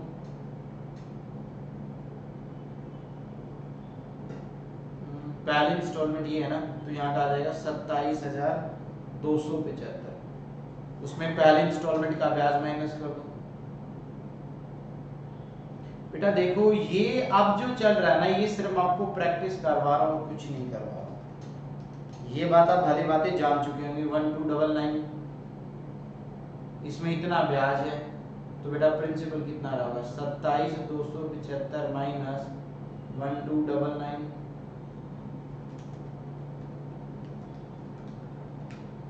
25,976। ये हमारा ओपनिंग लोन है डाउन पेमेंट देने के बाद, बट इस प्रॉब्लम में डाउन पेमेंट नहीं था तो हमने उसे जीरो मान लिया।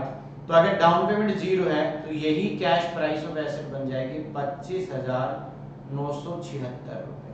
अब अगर आप इसे फॉरवर्ड तरीके से भी समझना चाहो तो आप कर सकते हो। क्या सभी बच्चों को यहां तक की बातें समझ में आ गई हैं? अगर यहां तक की बातें समझ में आ गई तो बताइए क्या हम आगे बढ़ सकते हैं?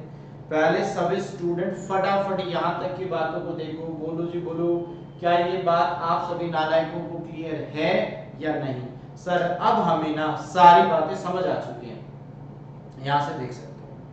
प्रॉब्लम नंबर 9 का सॉल्यूशन कैसे बनाया गया, बोलो फटाफट, क्लियर है या नहीं है?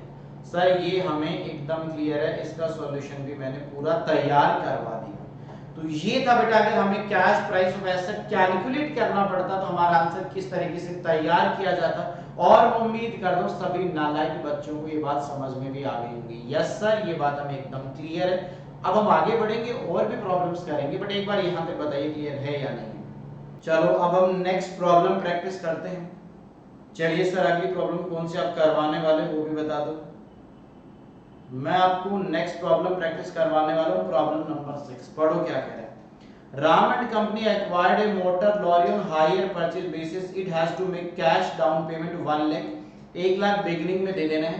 पेमेंट हमें करना subsequently 263, 185, 1,14 at the end of first year, second year and third year. Interest 14% लगेगा। Calculate cost price of motor lorry and interest paid in each instalment.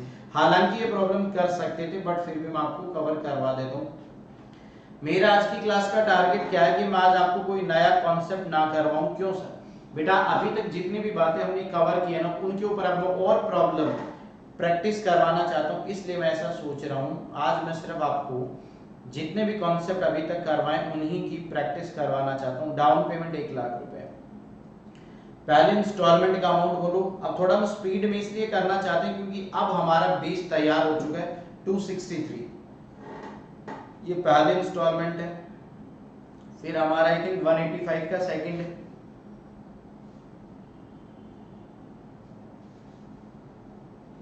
गलत तो नहीं लिख दिया?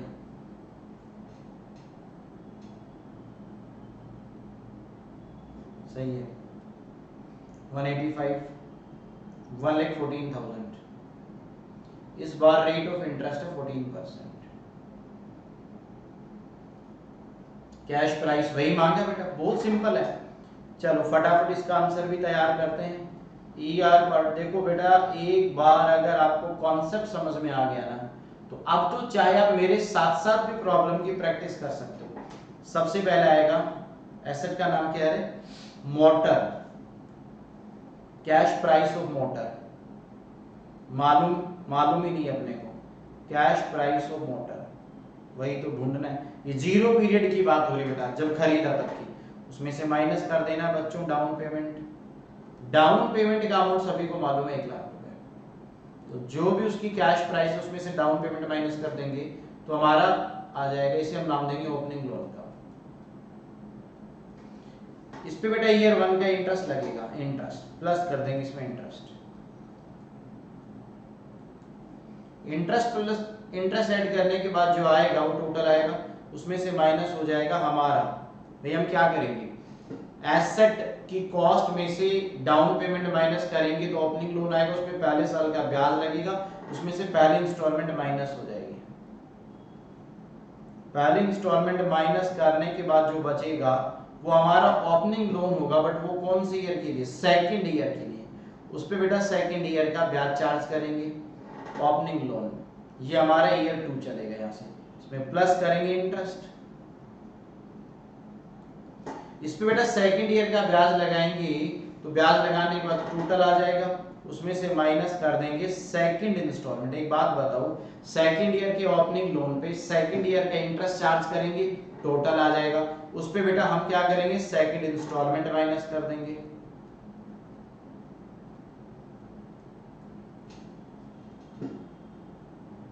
सेकंड इंस्टॉलमेंट माइनस कर देंगे तो हमारा ओपनिंग लोन आ जाएगा।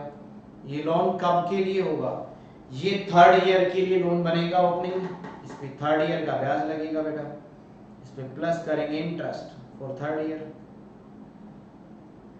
और थर्ड ईयर का इंटरेस्ट लगाने के बाद टोटल आ जाएगा, उसमें से माइनस कर देंगे थर्ड इंस्टॉलमेंट।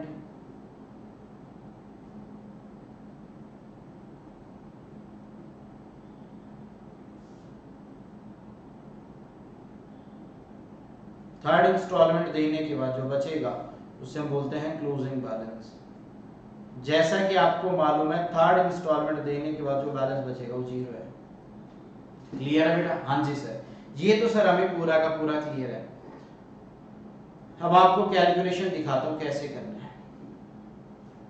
हालांकि अगर आप फास्ट बच्चे हो तो आपने पहले ही इसका आंसर तैयार भी कर लिया होगा।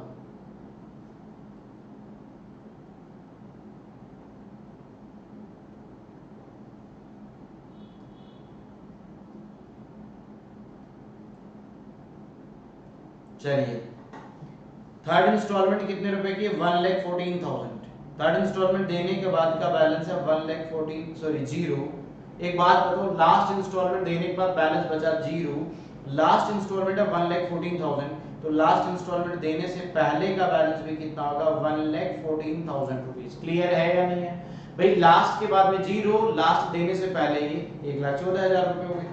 इस पे ब्याज निकाल लो, ब्याज का रेट है हमारा 14%, तो 1,14,000 विद इंटरेस्ट होगा, ये होगा 114% इंटू 14%। अरे एक बात बताओ, ब्याज का रेट 14% है ना, तो 1,14,000 डिवाइडेड 1440 इंटू 14, ये आ जाता है जी 14,000 रुपीज।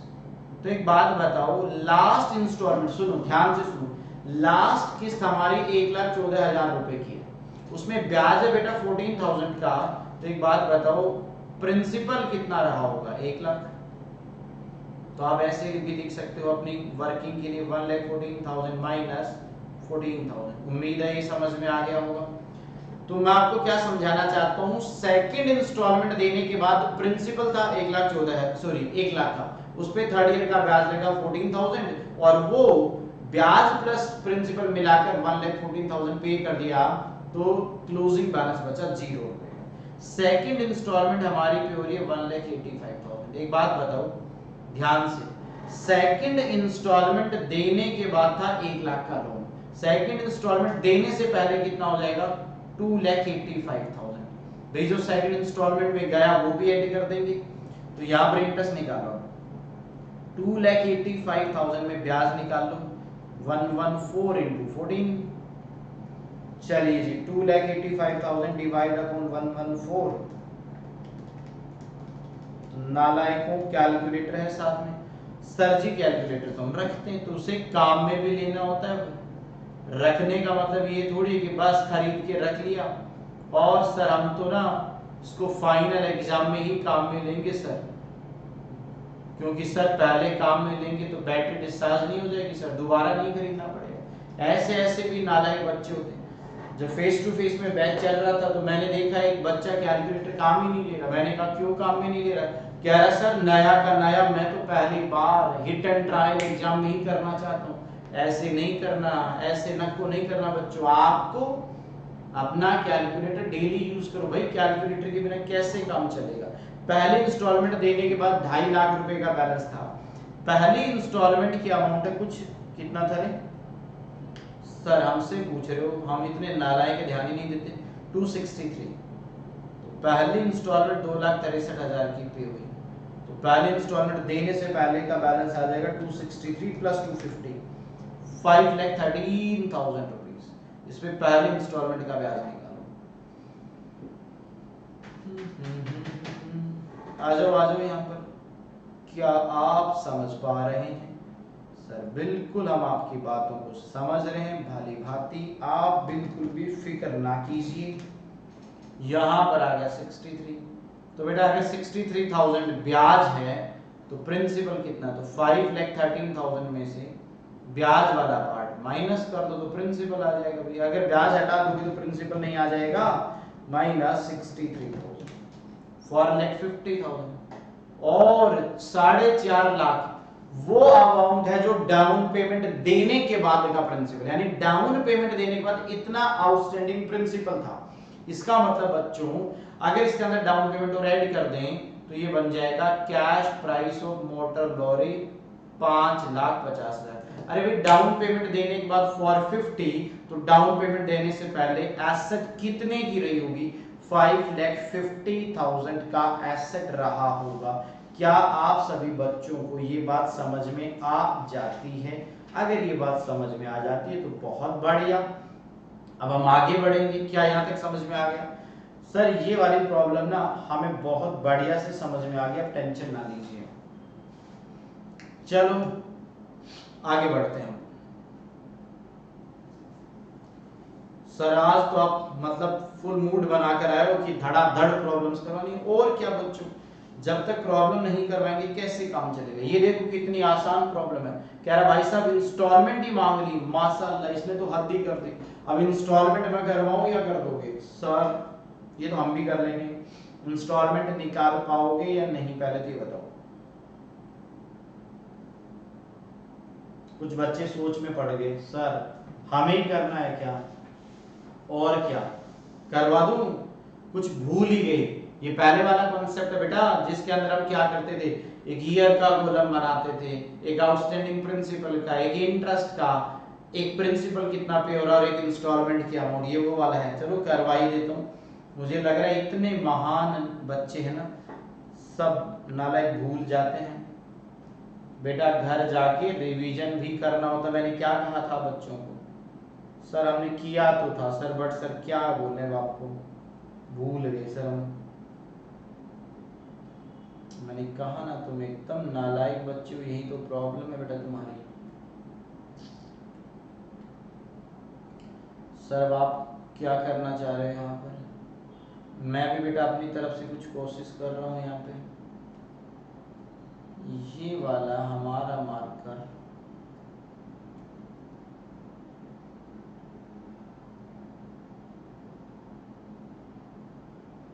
चलिए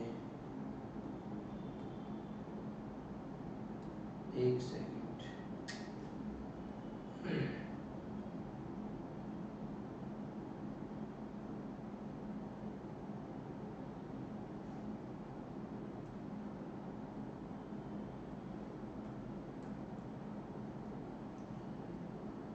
सर क्या आपका काम हो गया? बिल्कुल हमारा काम हो गया।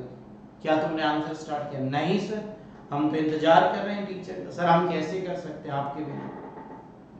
ये कोई बात होती है? क्यों नहीं कर सकते?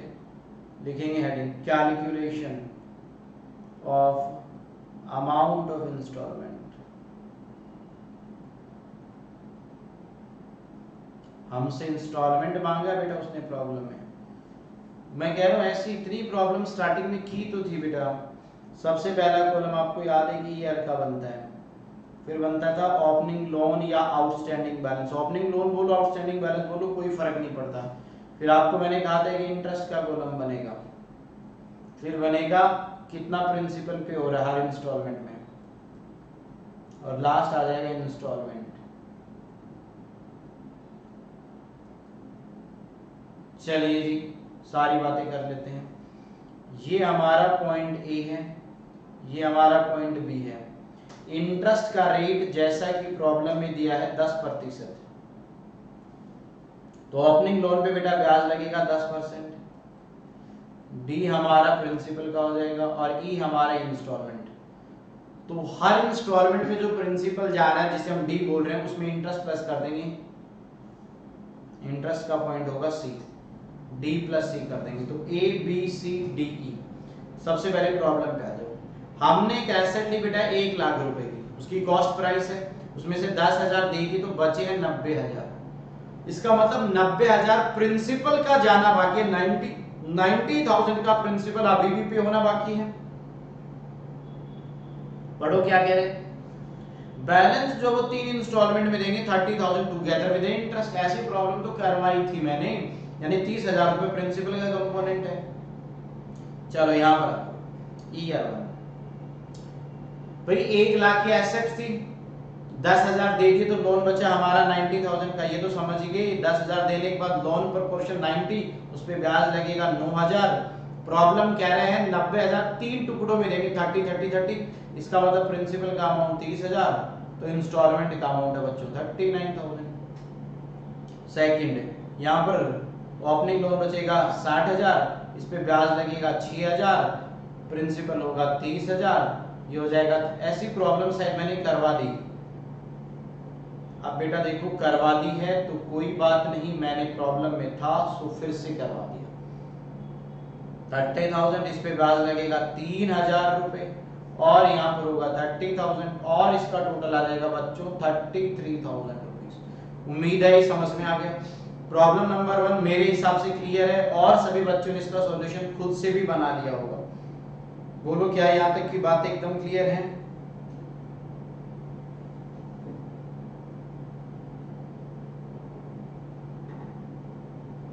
बोलो बच्चों समझ आया या नहीं आया? सर प्रॉब्लम नंबर 1 हमें क्लियर है। अगली प्रॉब्लम पे चलें। बिल्कुल सर आपको नेक्स्ट प्रॉब्लम पे चलना चाहिए और हम बच्चों को प्रॉब्लम अगली करवानी भी चाहिए सर आपको। बिल्कुल बेटा मैं अगली प्रॉब्लम करवाना चाहता हूं आप बच्चों को, प्रॉब्लम नंबर 2। चलिए प्रॉब्लम नंबर 2 को सभी बच्चे फटाफट रीड करेंगे, फिर मैं उसका आंसर बनाना स्टार्ट करूंगा। देखो प्रॉब्लम नंबर 2 पढ़ना स्टार्ट करो। क्या कह रहा है? कह रहा ओम लिमिटेड ने परचेज की machine on hire purchase basis from Kumar machinery. Om limited कौन है बेटा? ओम है हायर परचेजर और कुमार कौन है जी? Higher vendor. ठीक है, एक मशीन खरीदी है ऑन फॉलोइंग टर्म। उस मशीन का कैश प्राइस है 80,000, यानी मशीन की कैश प्राइस 80,000। डाउन पेमेंट दिया जाएगा at the signing off the agreement. जब एग्रीमेंट हुआ था तब डाउन पेमेंट हो गया था 1 जनवरी 2021 को 21,622 रुपए का। 5 एनुअल इंस्टॉलमेंट देनी है 15,400 to commencement at the end of 12 month from the date of the down payment. क्या कह रहा है? 5 इंस्टॉलमेंट जाएंगी 15,400 15,400 की। पहली इंस्टॉलमेंट कब देनी है? डाउन पेमेंट के 12 महीने बाद, यानी जिस दिन डाउन पेमेंट किया था उसके 12 महीने एक्सपायर होते ही, 12 महीने खत्म होते ही पहली इंस्टॉलमेंट चली जाएगी। ब्याज का रेट है 10%। You are required to calculate the total interest and interest included in the each instalment. यहां पर ईच वर्ड आएगा। आपको ये बताना है हर इंस्टॉलमेंट में ब्याज कितने रुपए का जाने वाला है। पहले तो एक बात सुनो ध्यान से, मैंने आपको ऐसी प्रॉब्लम करवाई थी और इसके लिए मैंने आपको बताया था फॉरवर्ड टेबल बनती है। बट मुझे एक बात बता दो फटाफट, फॉरवर्ड टेबल जो बनाई जाती है बच्चों, फॉरवर्ड टेबल जो तैयार की जाती है वहां पर हमें क्या ध्यान में रखना होता है? अब यहां पर इंस्टॉलमेंट की अमाउंट दे रखी है, बट समझना ये कि इस इंस्टॉलमेंट में ब्याज का पैसा इंक्लूडेड है या नहीं है। सर ये कैसे पता चलेगा? मैंने प्रॉब्लम्स करवाई थी, मैंने क्या कहा था? एक बात बताओ, आपकी एसेट है 80,000 की, उसमें से 21,622 रुपए का डाउन पेमेंट चला गया। सोचो जरा, 80,000 में से 21,622 चले गए तो इसका मतलब हमारा इतने रुपए का आउटस्टैंडिंग कैश प्राइस है। अरे बच्चों बताओ भाई, डाउन पेमेंट देने के बाद हमारा 58,378 रुपए का आउटस्टैंडिंग कैश प्राइस है। अब एक बात बताओ, आप जो इंस्टॉलमेंट दे रहे हो वो 15,400 की है, और ऐसी 5 किस्तें दे रहे हो, तो 15,400 इंटू 5 ये होता है 77,000। बोलो जी बोलो, क्या ये बात क्लियर है भाई? 5 इंस्टॉलमेंट में 77,000 जा रहे हैं। जरा सोचो बेटा, आपका जो आउटस्टैंडिंग कैश प्राइस है वो सिर्फ इतने रुपए का है, मतलब प्रिंसिपल तो 58,000 का ही है, बट इंस्टॉलमेंट का टोटल है 77,000। इसका मतलब ये जो इंस्टॉलमेंट जा रही है ना, इसमें इंटरेस्ट भी इंक्लूडेड है। अगर इसमें इंटरेस्ट नहीं होता तो इन इंस्टॉलमेंट का टोटल इतने रुपए ही आता। बेटा एक बात बताओ, आपका जितना आउटस्टैंडिंग प्राइस है, कैश प्राइस, अगर वही इंस्टॉलमेंट का टोटल है, इसका मतलब वो इंस्टॉलमेंट में ब्याज इंक्लूडेड नहीं है। बट यहाँ इंस्टॉलमेंट का टोटल जा रहा है 77,000 और आउटस्टैंडिंग कैश प्राइस था 58,000। इसका मतलब ये 15,400 की जो इंस्टॉलमेंट है उसमें ब्याज वाला कंपोनेंट भी है। और अब इसका सॉल्यूशन कैसे बनेगा, मैंने आपको यहाँ पर प्रॉब्लम्स करवाई थी बेटा, अब भूल जाते हो। देखो ऐसे कैसे काम चलेगा, मैंने बच्चों जब तक आप चीजों को समझ के नहीं जाओगे कैसे कैसे काम चलेगा। ये देखो, ये वाला amount of instalment include amount of interest. ये देखो मैंने अलग से हेडिंग भी लिखा था, जब इंस्टॉलमेंट के पैसे में इंटरेस्ट इंक्लूड हो। तो मैंने यहां पर भी कहा था, कैसे पता चला? जैसे एसेट का कैश प्राइस ये, डाउन पेमेंट ये, इसका मतलब बैलेंस कैश प्राइस बचा था 32,500 और 7,500 की 5 इंस्टॉलमेंट जा रही है। इंस्टॉलमेंट में टोटल जा रहा है दोबारा से 37,500, इसका मतलब इंस्टॉलमेंट में चला गया 37,500, जबकि प्रिंसिपल बचा हुआ कितना है 32,500। जरा सोचो, 32,500 के प्रिंसिपल के बदले में हमने 37,500 रुपए दे रहे हैं, इसका मतलब इसमें ब्याज भी इंक्लूडेड है। इसका मतलब यहाँ पर ये 7,500 में इंटरेस्ट इंक्लूडेड था जो हमने यहाँ निकाला था। और इसके लिए हमने कौन सी टेबल बनाई थी? ये टेबल बनाई थी बेटा। सेम टेबल मैं इस प्रॉब्लम में तैयार करवाऊंगा और इसी टेबल को बोला जाता है फॉरवर्ड टेबल यानी forward calculation. Year, outstanding balance, interest, instalment, principal, outstanding balance at the end, ये हमारा फॉरवर्ड टेबल कहलाता है। इसके ऊपर मैंने एग्जांपल कवर करवा दिया था, बट अब मैं आपको प्रैक्टिकल प्रॉब्लम दिखाता हूं कैसे सोल्व किया जाएगा। पहले तो देखो क्या ये प्रॉब्लम यहां तक आपको समझ आई या नहीं है, फटाफट बताइए बच्चों, क्लियर है या नहीं है? इस प्रॉब्लम का सॉल्यूशन कैसे तैयार होगा, यहां पर आ जाओ। पहले मैं आपको थोड़ी बातें समझा देता हूं प्रॉब्लम नंबर 2 के लिए। देखो बच्चों यहां पर क्या दिया हुआ, ध्यान से समझना। हमारे एसेट का नाम क्या है यहां पर जी? मशीन। तो हम क्या बोलेंगे? Cash price of machine.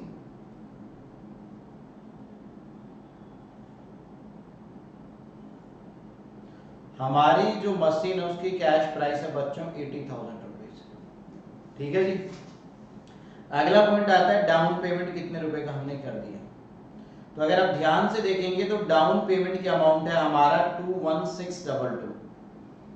21622। एक बात बताओ, 80,000 रुपए एसेट की कैश प्राइस है, उसमें से 622 हमने पे कर दिया, तो हमारा आउटस्टैंडिंग यानी एक तरीके से कितने रुपए का हमने लोन ले लिया।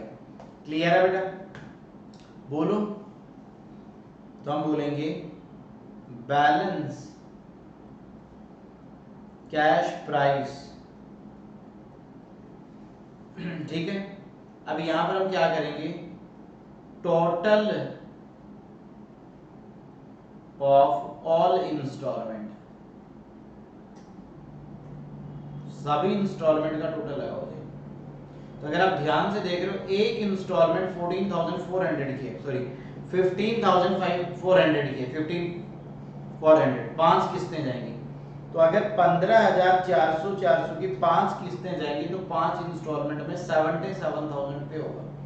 अब जरा सोचो, 58,000 रुपए का आउटस्टैंडिंग कैश प्राइस था, यानी लॉजिकली हमने 58,000 रुपए का लोन लिया। अगर ध्यान से देखे तो भाई एक बात बताओ बेटा, एक 80,000 रुपए की एसेट है, उसमें लगभग 21 साढ़े 21,000 अभी पे कर दिए हमने। तो भी हमने एक तरीके से कितने रुपए को फाइनेंस करवाया? 58,000 रुपीज को। अब 58,000 के बदले में 77,000 का पेमेंट कर रहे हैं। बेटा लोन है 58,000 का और पे कर रहे हो 77,000, ज्यादा पे कर रहे हो, इसका मतलब इंटरेस्ट है, इसका मतलब है टोटल इंटरेस्ट। तो हमारा टोटल ब्याज कितना लग रहा है यहाँ पर 77 माइनस 58378 आ जाता है 18,622 रुपए। पहले तो आप ये बताओ ये क्लियर है या नहीं। इसका मतलब इतने रुपए का टोटल ब्याज 5 इंस्टॉलमेंट में जाने वाला है। कितने इंस्टॉलमेंट में जाने वाला है बच्चों? 5 इंस्टॉलमेंट में। रेट ऑफ इंटरेस्ट यहाँ पे 10% दिया हुआ है।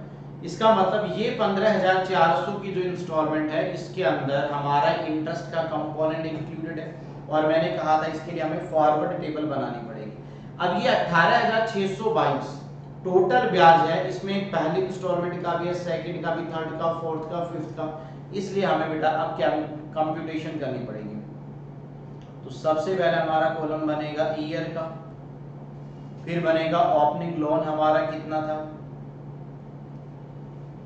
ठीक है, फिर आ जाएगा इंटरेस्ट का, फिर आ जाएगा इंस्टॉलमेंट जो हमें बताई हुई है, फिर आ जाएगा प्रिंसिपल अमाउंट, फिर आ जाएगा क्लोजिंग बैलेंस या क्लोजिंग लोन। कितने ईयर है बेटा? 5 ईयर, 1 2 3 4 और 5 ऐसे लिख दिया मैंने। अब एक बात बताओ, ध्यान से सोचो जरा, सभी बच्चे ध्यान से सुनेंगे जो मैं बोल रहा हूँ। 80,000 रुपए की एसेट इतना दे दिया तो हमारा लोन कितने का स्टार्ट हुआ? इसका मतलब यहां से स्टार्ट हो जाएगा 58378। ब्याज का रेट कितना बेटा? 10%, 10%। इसका मतलब एक बात बताओ, 58,378 रुपए का हमने लोन लिया। इधर आ जाओ, ऐसे कर देते हैं, चलो पहले नहीं लिखते हैं, एक बार सुनो। इंटरेस्ट का रेट है 10%। एक बात बताओ, हमारा ओपनिंग लोन या ओपनिंग आउटस्टैंडिंग बैलेंस है 58378, उस पे बेटा ब्याज लगेगा 58378 पे 10%, 5838 आ जाएगा, 5838। इंस्टॉलमेंट हमें पता है 15,400 रुपए की है, बोलो क्लियर है? 5,838 रुपए ब्याज के हैं, इंस्टॉलमेंट है 15,400 की। तो सुनो ध्यान से बेटा, एक बात सोचो, ये इंस्टॉलमेंट तो हमें गिवन है ना। एक बात बताओ, अगर इंस्टॉलमेंट 15,400 है, आप सभी को पता है इंस्टॉलमेंट में 2 कंपोनेंट होते हैं, ब्याज का पैसा, प्रिंसिपल का। ब्याज आपने निकाल लिया, पहले इंस्टॉलमेंट में कितना इंटरेस्ट जाएगा, तो इसका मतलब पहले इंस्टॉलमेंट में बाकी क्या होगा? प्रिंसिपल। तो 15,400 में से आप पहले इंस्टॉलमेंट का ब्याज माइनस करोगे 5838, इसका मतलब पहली इंस्टॉलमेंट में प्रिंसिपल जाएगा 9562। पहले तो ये बताओ ये क्लियर है? दोबारा सुनो बेटा, हमने एक एसेट ली 80,000 में, उसमें से 21,600 रुपए हमने पे कर दिए, तो लगभग 58,000 रुपए का लोन हो गया। 58,000 पे पहले साल का ब्याज बना 5838 है, पहली इंस्टॉलमेंट है 15,400 की। इंस्टॉलमेंट में ब्याज प्लस प्रिंसिपल दोनों है। पहली इंस्टॉलमेंट का ब्याज पता है, ब्याज हटा दोगे तो क्या आ जाएगा? प्रिंसिपल का अमाउंट आ जाएगा, बिल्कुल। तो क्लोजिंग बैलेंस निकाल दो। ओपनिंग लोन ये था, उसमें से 9,562 पे कर दिए, तो ईयर एंड पे कितना लोन अभी भी बच गया? 9562। तो आ जाएगा 48816। बोलो बच्चों क्लियर है या नहीं है? हाँ जी सर, ये तो हमें समझ में आ गए। अब आपको मैं बता देता हूँ ये पॉइंट कैसे निकले। ए बना ईयर का, बी बना ओपनिंग लोन का, सी बना इंटरेस्ट का। सी कैसे निकालोगे? ओपनिंग लोन का 10% निकाल लेंगे। डी हमारा इंस्टॉलमेंट है जो बच्चों हमें गिवन है। ई हमारा प्रिंसिपल है। प्रिंसिपल कैसे निकाला? डी यानी इंस्टॉलमेंट में से अगर सी माइनस करते हैं, भाई इंस्टॉलमेंट में से अगर ब्याज हटा दे तो प्रिंसिपल आ जाएगा, और क्लोजिंग बैलेंस ई के बाद में एफ बनेगा। ये कैसे आएगा?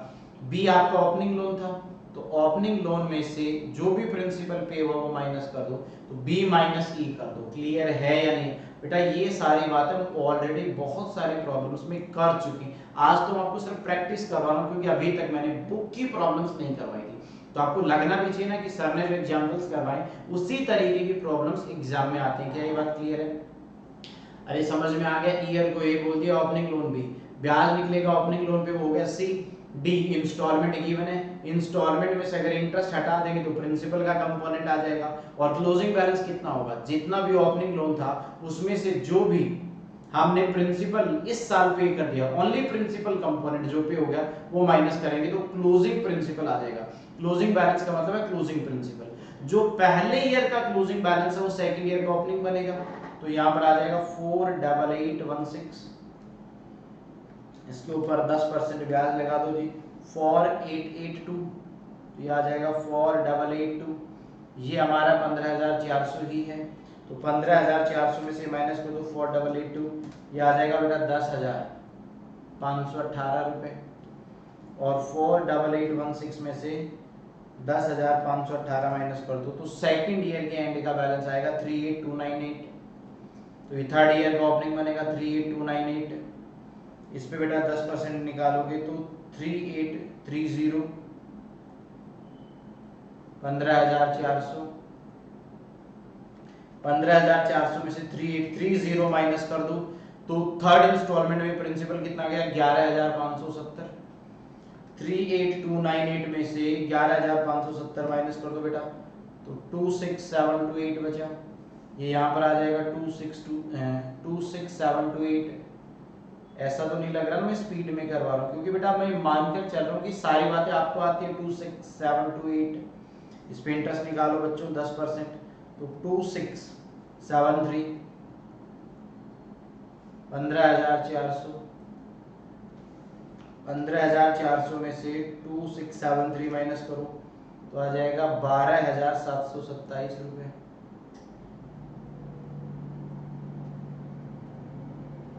अब एक बात बताओ, स्टार्टिंग का बैलेंस ये है 26728 माइनस 12727, तो क्लोजिंग आएगा 14001। आपको याद है मैंने एक बात समझाई थी, लास्ट ईयर में आप ब्याज का पैसा कैलकुलेट मत करो, याद आ रहा है ऐसा कुछ बताया था? हाँ सर बोला तो था, मैंने क्या कहा था, लास्ट ईयर में राउंड ऑफ की वजह से आपके कैलकुलेशन का ब्याज और एक्चुअल ब्याज दोनों अलग अलग होंगे, यानी आप जो कैलकुलेट करोगे वो अलग आएगा।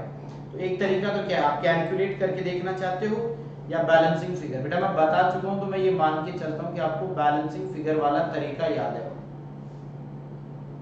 बिल्कुल सर हमें पता है। एक बात बताओ, हमारा टोटल ब्याज था 18,622। भाई सभी इंस्टॉलमेंट में इतना ब्याज लगना था 18622, तो यहाँ पर आ जाएगा 18622। उसमें से पहली 4 इंस्टॉलमेंट में कितना चला गया वो माइनस कर दो, तो जो बचा हुआ ब्याज होगा वो सिर्फ लास्ट इंस्टॉलमेंट का होगा।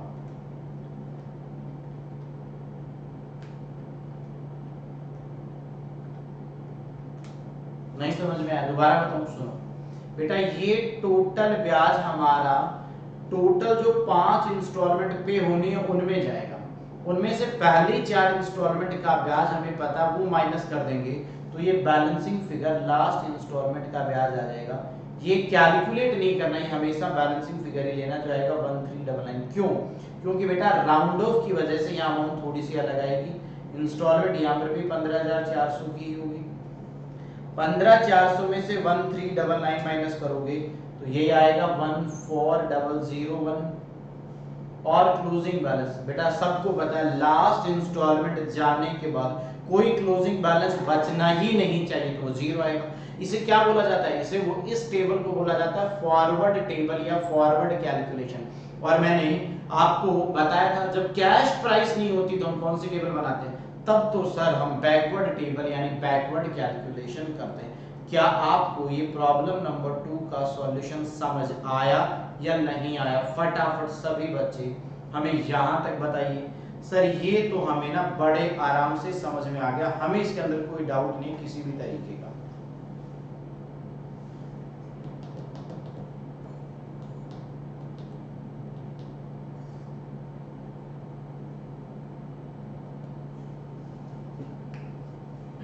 ठीक है सर, ये समझ में आ गया। तो प्रॉब्लम नंबर 1 हो गया, 2 हो गया, 3 हो गया। प्रॉब्लम नंबर 4 होमवर्क में दे दूं क्या? हाँ सर ये तो दे ही दो। कैश प्राइस निकालने का बहुत आसान है। हायर परचेज प्राइस है 50,000, डाउन पेमेंट है 10,000, एनुअल इंस्टॉलमेंट है 10,000 रुपए की, रेट है 5% पर एनम। क्या करोगे आप? लास्ट इंस्टॉलमेंट से स्टार्ट कर दोगे, 4 इंस्टॉलमेंट है, फोर्थ से थर्ड पे आओगे, थर्ड से सेकंड पे, सेकंड से पहले वाले पे, पहले वाले भी जो आएगी उसमें डाउन पेमेंट ऐड करके बेटा कैश प्राइस निकाली जा सकती है। ये आप सभी बच्चों का होमवर्क है, प्रॉब्लम नंबर 4।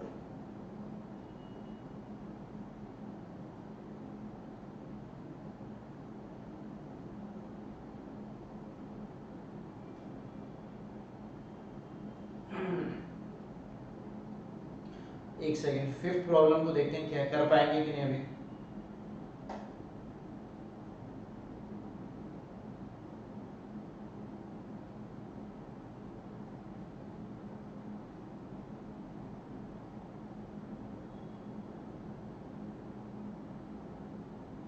ये अभी नहीं करेंगे बेटा, इसको रहने दो, 6th हो गया।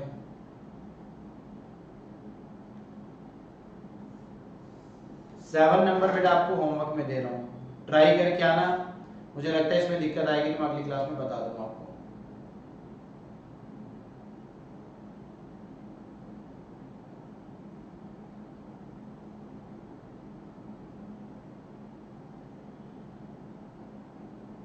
सर 8 नंबर, इसके बारे में भी चर्चा करेंगे। रुको, 9 हो गया, 10 का देखते हैं पहले क्या है। Problem number 10।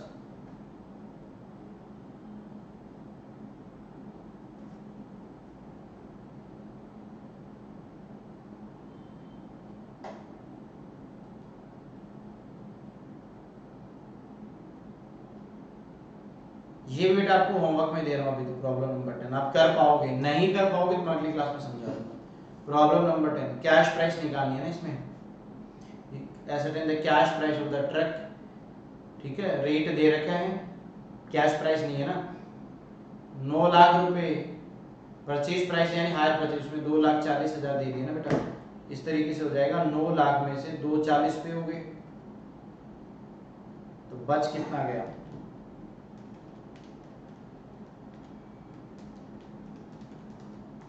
6,60,000 3 इंस्टॉलमेंट में पे करना है। एक इंस्टॉलमेंट 2,20,000 की जो दे रखी इन्होंने, ठीक है, कर लेना। ये अभी रहने दो, 11 अभी नहीं होगा। 12 क्या कह रहे हैं?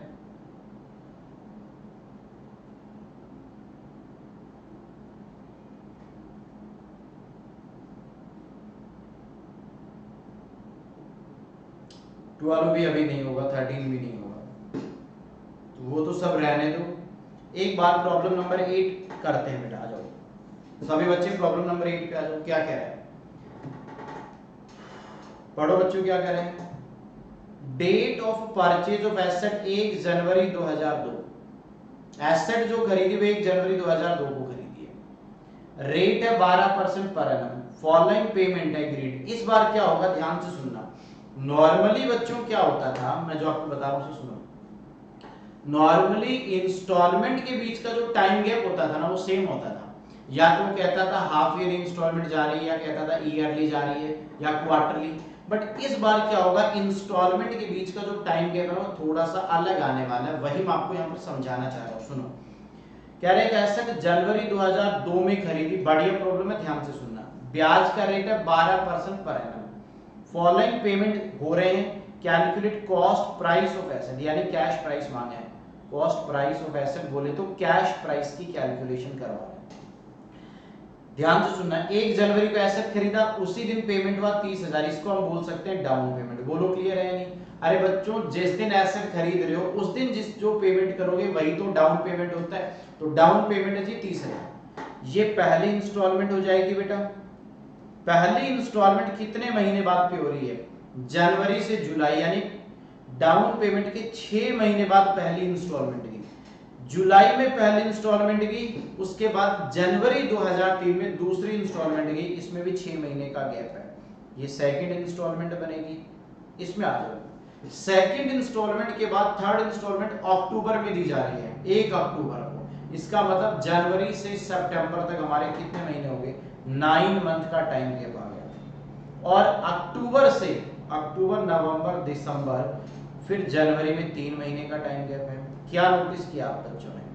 इसका मतलब पहली इंस्टॉलमेंट 6 महीने बाद दी जा रही है खरीदने की, दूसरी पहली के 6 महीने बाद, तीसरी सेकंड के 9 महीने बाद, और लास्ट वाली थर्ड की 3 महीने बाद दी जा रही है। कोई प्रॉब्लम नहीं है बेटा, कोई टेंशन नहीं है। सुनो, इस प्रॉब्लम को कैसे किया जाएगा, यहां पर आ जाओ। बढ़िया प्रॉब्लम है, देखो ऐसी प्रॉब्लम को करने के लिए मैं आपको बोलूंगा कि आपको डायग्राम जरूर बना लेना चाहिए। प्रॉब्लम नंबर 8 है, ये देखो। पहले तो ये नजर डालो इंस्टॉलमेंट है कितनी, 4 इंस्टॉलमेंट है। जनवरी 2002 से स्टार्ट हो रहे हैं, तो पहले तो मैं यहाँ लिख देता हूँ 1 जनवरी 2002। यहाँ पे क्या दिया गया, डाउन पेमेंट कितने रुपए का बच्चों, 30,000 रुपीज का, 30,000 का डाउन पेमेंट है। आगे बढ़ो, 1 जनवरी 2002 को डाउन पेमेंट दिया 30,000। फिर पहली इंस्टॉलमेंट जा रही है 1 जुलाई 2002 को 50,000 रुपए की। पहली इंस्टॉलमेंट यहां जा रही है 1 जुलाई 2002 को, और इसका जो अमाउंट है बेटा वो है 50,000 रुपए का। ये पहली इंस्टॉलमेंट है 50,000 रुपीज की। फिर सेकंड इंस्टॉलमेंट देखो, 1 जनवरी 2003 को है 40,000 की। 1 जनवरी 2003 40,000 रुपए की। फिर अगली है 1 अक्टूबर को 40,000 की, तो आ जाएगा 1 अक्टूबर 2003 40,000 रुपीज की। उसके बाद में 1 जनवरी 2004 को ये जा रही है 1 जनवरी 2004। अमाउंट कितनी है जी, ये भी 40,000। पहले सारे बच्चे कुछ बातों पे कंसंट्रेट करेंगे जो मैं अभी दिखाऊंगा। बेटा एक बात बताओ, इंस्टॉलमेंट के बीच का जो टाइम गैप है वो एक जैसा है या डिफरेंट डिफरेंट है? नॉर्मली जितनी भी प्रॉब्लम्स अभी तक की हैं उनमें जो टाइम गैप था, या तो हर इंस्टॉलमेंट 1 साल के टाइम गैप पे लगती थी, या 6 महीने या 3 महीने, यानी टाइम गैप सभी में बराबर है। यहां पर पता क्या हो रहा है, कोई इंस्टॉलमेंट तो 6 महीने बाद जा रही है, कोई 9 महीने बाद जा रही है, कोई 3 महीने बाद, यानी यहाँ पर टाइम अलग अलग है। अभी यहाँ पर देखो, डाउन पेमेंट और पहली इंस्टॉलमेंट के बीच का टाइम गैप निकालो कितना है। यहाँ है 6 महीने का गैप, यानी डाउन पेमेंट के बाद पहली इंस्टॉलमेंट के बीच में 6 मंथ का गैप है। पहली इंस्टॉलमेंट और दूसरी इंस्टॉलमेंट के बीच का टाइम गैप देखो, ये कितने महीने का है, ये भी 6 महीने का, यानी जुलाई अगस्त सितंबर अक्टूबर नवंबर दिसंबर, 1 जनवरी को इंस्टॉलमेंट दी थी। 1 जनवरी से 1 अक्टूबर के बीच में गैप कितने महीने का, 9 महीने का, और इन दोनों के बीच में 3 अक्टूबर में दी, अक्टूबर नवंबर दिसंबर 3 महीने में, जनवरी में 4th दे दी, तो 3 महीने का। तो आपने क्या नोटिस किया, पॉइंट बड़ा सिंपल है। यहां पर हो क्या रहा है, यहां पर बेटा टाइम गैप अलग अलग है। एक बात बताओ, रेट जो हमें दिया हुआ है ROI वो 12% पर एनम है, पर एनम। उसको मंथली भी तो निकाला जा सकता है। अगर 12% 12 महीने का है तो पर मंथ ब्याज का रेट क्या बना, 1%। दोबारा सुनो, अरे बेटा मैंने एक प्रॉब्लम करवाई थी, मैंने क्या बताया, याद करो, जहां पर रेट जो था वो एनुअल दिया हुआ था और इंस्टॉलमेंट का गैप 6-6 महीने का था, तो मैंने क्या कहा था, ब्याज का रेट 10% सालाना है, बट इंस्टॉलमेंट हाफ ईयरली जाने की वजह से हमने उस रेट को हाफ ईयर में कन्वर्ट कर लिया। भाई 10% ब्याज अगर पूरे साल का रेट है तो 6 महीने का ब्याज रेट मैंने क्या कहा था, 5% बोला था। यहां पर मैं क्या कर रहा हूं, 12% जो रेट है वो पर एनम रेट है। इसका मतलब अगर आपको मंथली इंटरेस्ट रेट जानना हो कि मंथली ब्याज का रेट क्या, तो हम 1% बोल सकते हैं। तो सुनो, यहां पर हम क्या कह सकते हैं, यहां इन दोनों के बीच में जो इंटरेस्ट लगेगा हम कह सकते हैं एक तरीके से 6% लगेगा। अरे भाई 1% 1 महीने का ब्याज है तो 6 महीने का ब्याज 6% हो गया, इनके बीच में भी 6% लगेगा, इनके बीच में हम 9% बोल देंगे और इनके बीच में हम 3% बोल देंगे। यानी कैलकुलेशन करते वक्त ये ध्यान रखेंगे भाई जितने जितने टाइम में, ध्यान से सुना, जितने जितने टाइम गैप है उतने उतने के अकॉर्डिंग हमने इंटरेस्ट रेट निकाल लिया। अरे बच्चों 12% पर एनम का रेट है तो मंथली रेट बना 1%, यानी मंथली अगर आप रेट देखोगे तो 1% ही तो है भाई, 12 महीने का रेट 12%, तो 1 महीने का रेट 1%। अब आप देखो गैप कितना है, पहली इंस्टॉलमेंट में गैप 6%, सॉरी 6 महीने का है तो मैंने 6% ब्याज बोल दिया, क्यों भाई 1% 1 महीने का तो 6 महीने के लिए 6% हो गया। अगली में भी 6 महीने का गैप था तो मैंने 6% बोल दिया, बट तीसरे वाले में 9 महीने का गैप है तो 1% ब्याज 1 महीने का, तो 9 महीने के लिए ब्याज कितना लगेगा 9%, और लास्ट वाले में 3 महीने का गैप है तो 1% 1 महीने का, तो 3 महीने का 3%। अब बताओ समझ में आया कि नहीं आया? सर समझ में आ गया। तो अब देखो कैसे तैयार किया जाएगा। बेटा देखो यहां पर ना पूरा खेल आपको प्रॉब्लम पढ़ने का है। अगर आपने प्रॉब्लम को ही सही से नहीं पढ़ा तो सब बंटाधार हो जाएगा। मैं यहाँ डेट लिख देता हूँ बेटा, इस बार मैं इंस्टॉलमेंट की जगह डेट डाल देता हूँ। ठीक है सर। पहला ट्रांजैक्शन होगा 1 जनवरी यानी जिस दिन हमने खरीदा, तो यहाँ पर आ जाएगा कैश प्राइस ऑफ एसेट। यही तो ढूंढना है हमें, कैश प्राइस ऑफ एसेट मालूम नहीं है। इसमें से माइनस हो जाएगा बच्चों डाउन पेमेंट, जो अपने को मालूम है 30,000 है। क्लियर है यहाँ पे? हाँ जी सर। डाउन पेमेंट माइनस करने के बाद जो आएगा उसे बोला जाएगा ओपनिंग लोन। ठीक है। अब इस पे लगेगा 1 जुलाई को इंटरेस्ट, 1 जुलाई इंटरेस्ट। अब एक बात बताओ, 1 जनवरी से 1 जुलाई के बीच में 6 महीने हैं, तो मैं यहां पर रफली बोल रहा हूं कि 6% ब्याज का रेट हो गया समझाने के लिए। इंटरेस्ट निकालने के बाद जो भी आएगा वो ओपनिंग लोन में इंटरेस्ट प्लस कर दोगे तो टोटल आ जाएगा। उसमें से हम क्या कर देंगे, पहली इंस्टॉलमेंट माइनस कर देंगे।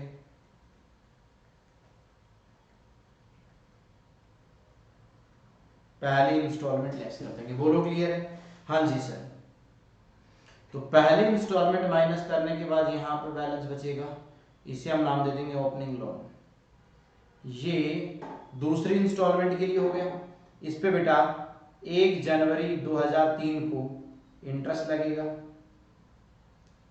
इस पे बेटा इंटरेस्ट निकाला जाएगा। तो पहली इंस्टॉलमेंट और सेकंड के बीच में 6 महीने का गैप है, तो ब्याज का रेट मैं यहाँ पे 6% मानकर चलूंगा।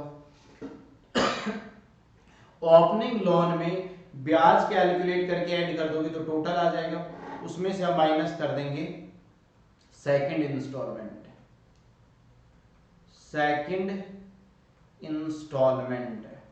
अब एक बात बताओ, सेकंड इंस्टॉलमेंट माइनस करोगे तो यहां पर क्या आ जाएगा, ओपनिंग लोन आ जाएगा। ये कौन सी इंस्टॉलमेंट के लिए होगा, ये थर्ड के लिए, बट थर्ड कब पे हो रही है 1 अक्टूबर को। समझ पा रहे हो? पहली इंस्टॉलमेंट 1 जुलाई को हुई, दूसरी 1 जनवरी 2003 को, तीसरी 1 अक्टूबर 2003 को। इसका मतलब सेकंड और थर्ड के बीच में 9 महीने का गैप है, तो यहां पर इंटरेस्ट 9 मंथ के लिए कैलकुलेट होगा, तो 1% फॉर 1 मंथ, तो 9 मंथ के लिए कितना हो जाएगा 9% हो जाएगा। क्लियर है?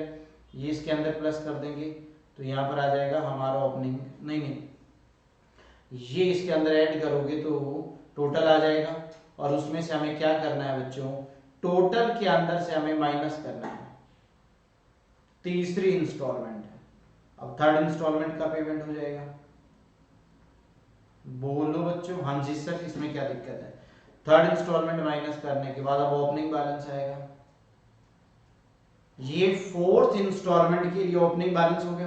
इस पे बेटा फोर्थ इंस्टॉलमेंट का ब्याज लगेगा जो 1 जनवरी 2004 को पे होगी। इसमें इंटरेस्ट प्लस हो जाएगा, बट इसमें 3 महीने का टाइम गैप है तो 3% रेट ले लूंगा। ये आ जाएगा टोटल।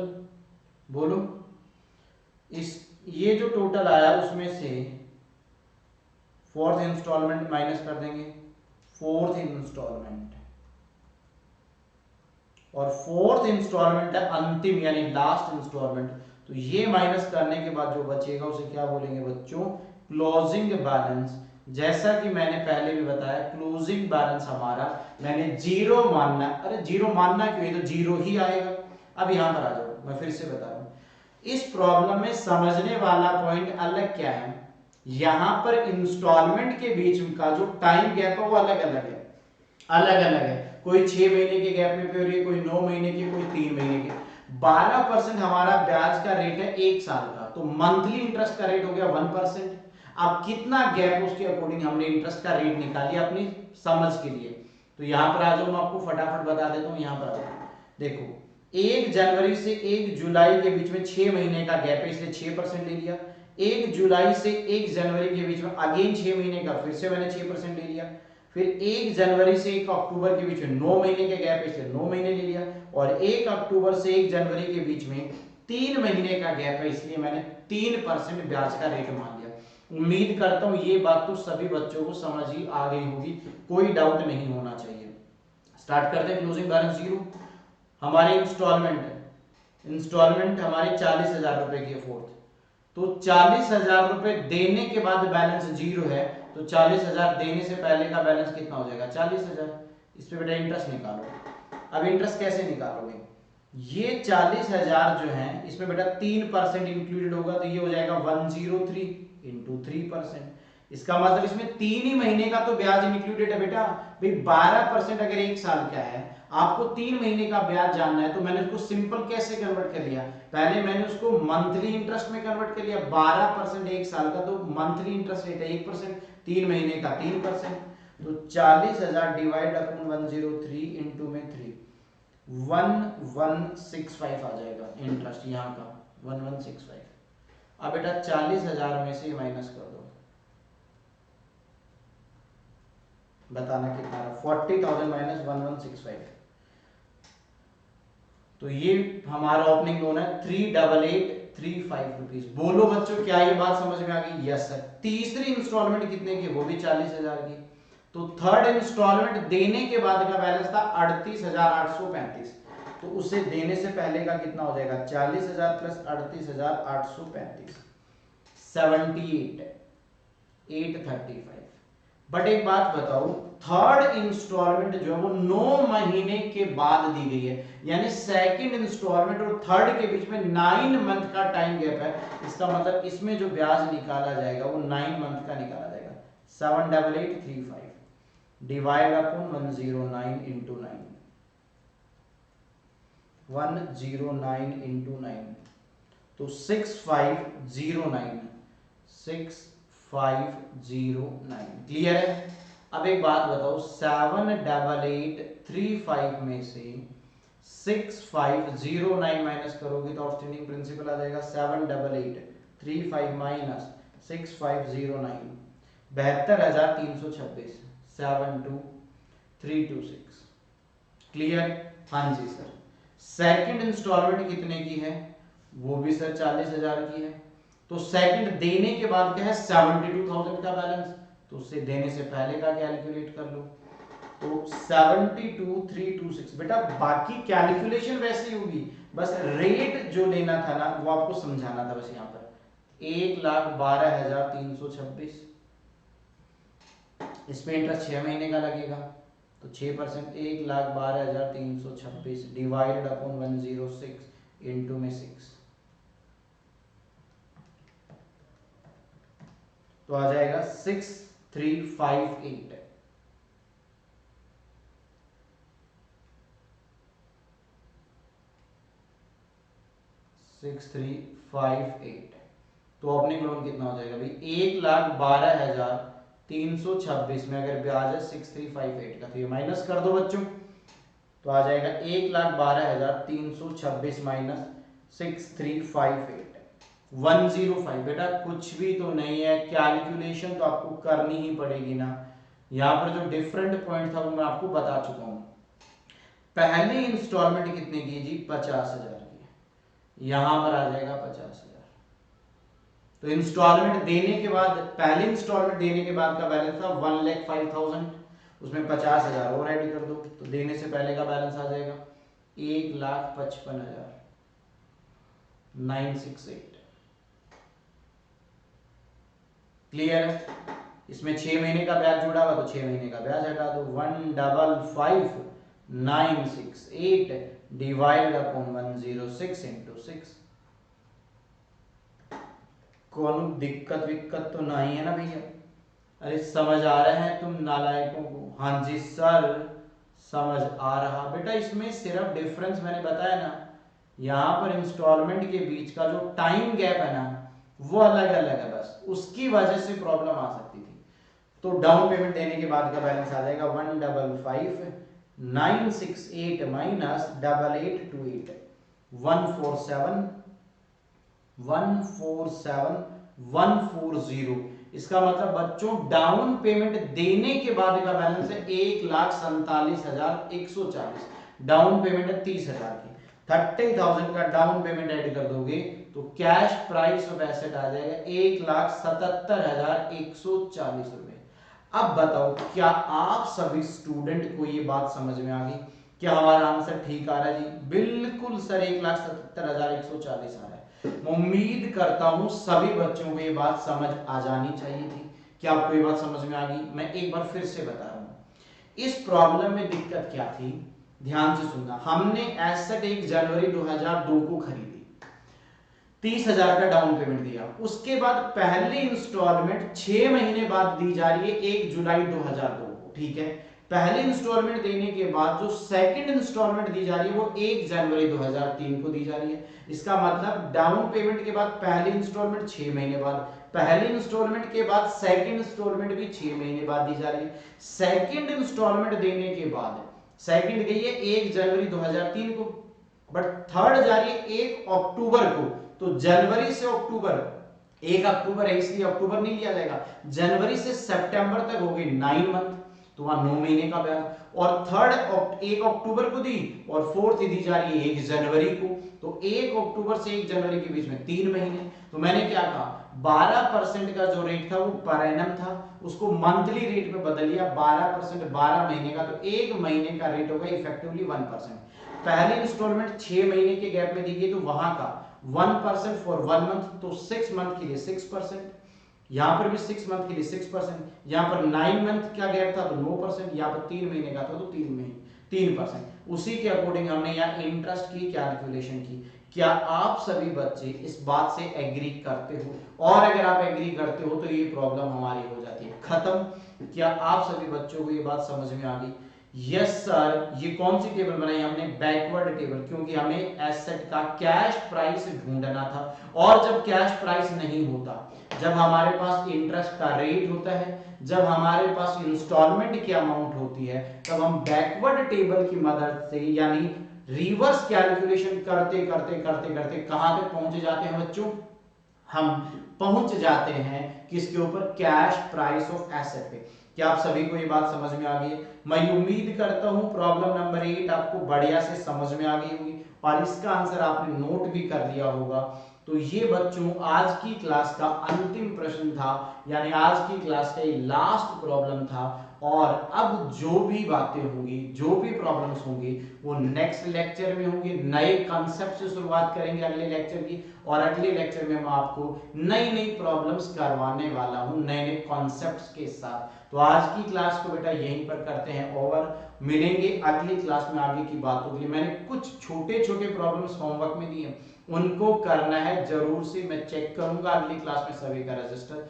सर आप कैसे चेक करोगे वहां पर बैठे बैठे? बेटा वो मेरी प्रॉब्लम है, मैं कैसे देखूंगा, बट आप ये मानकर चलोगे कि आपको टीचर को चेक करवाना है रजिस्टर, इसलिए सभी बच्चे अपने होमवर्क वाली प्रॉब्लम्स को कर कराएंगे। मिलेंगे बेटा अगली क्लास में हायर परचेज की, जिसके अंदर आगे की बातें की जाएंगी। आज की क्लास यहीं पे होती है बेटा कंप्लीट। तब तक के लिए आप सभी बच्चों को टाटा बाय बाय।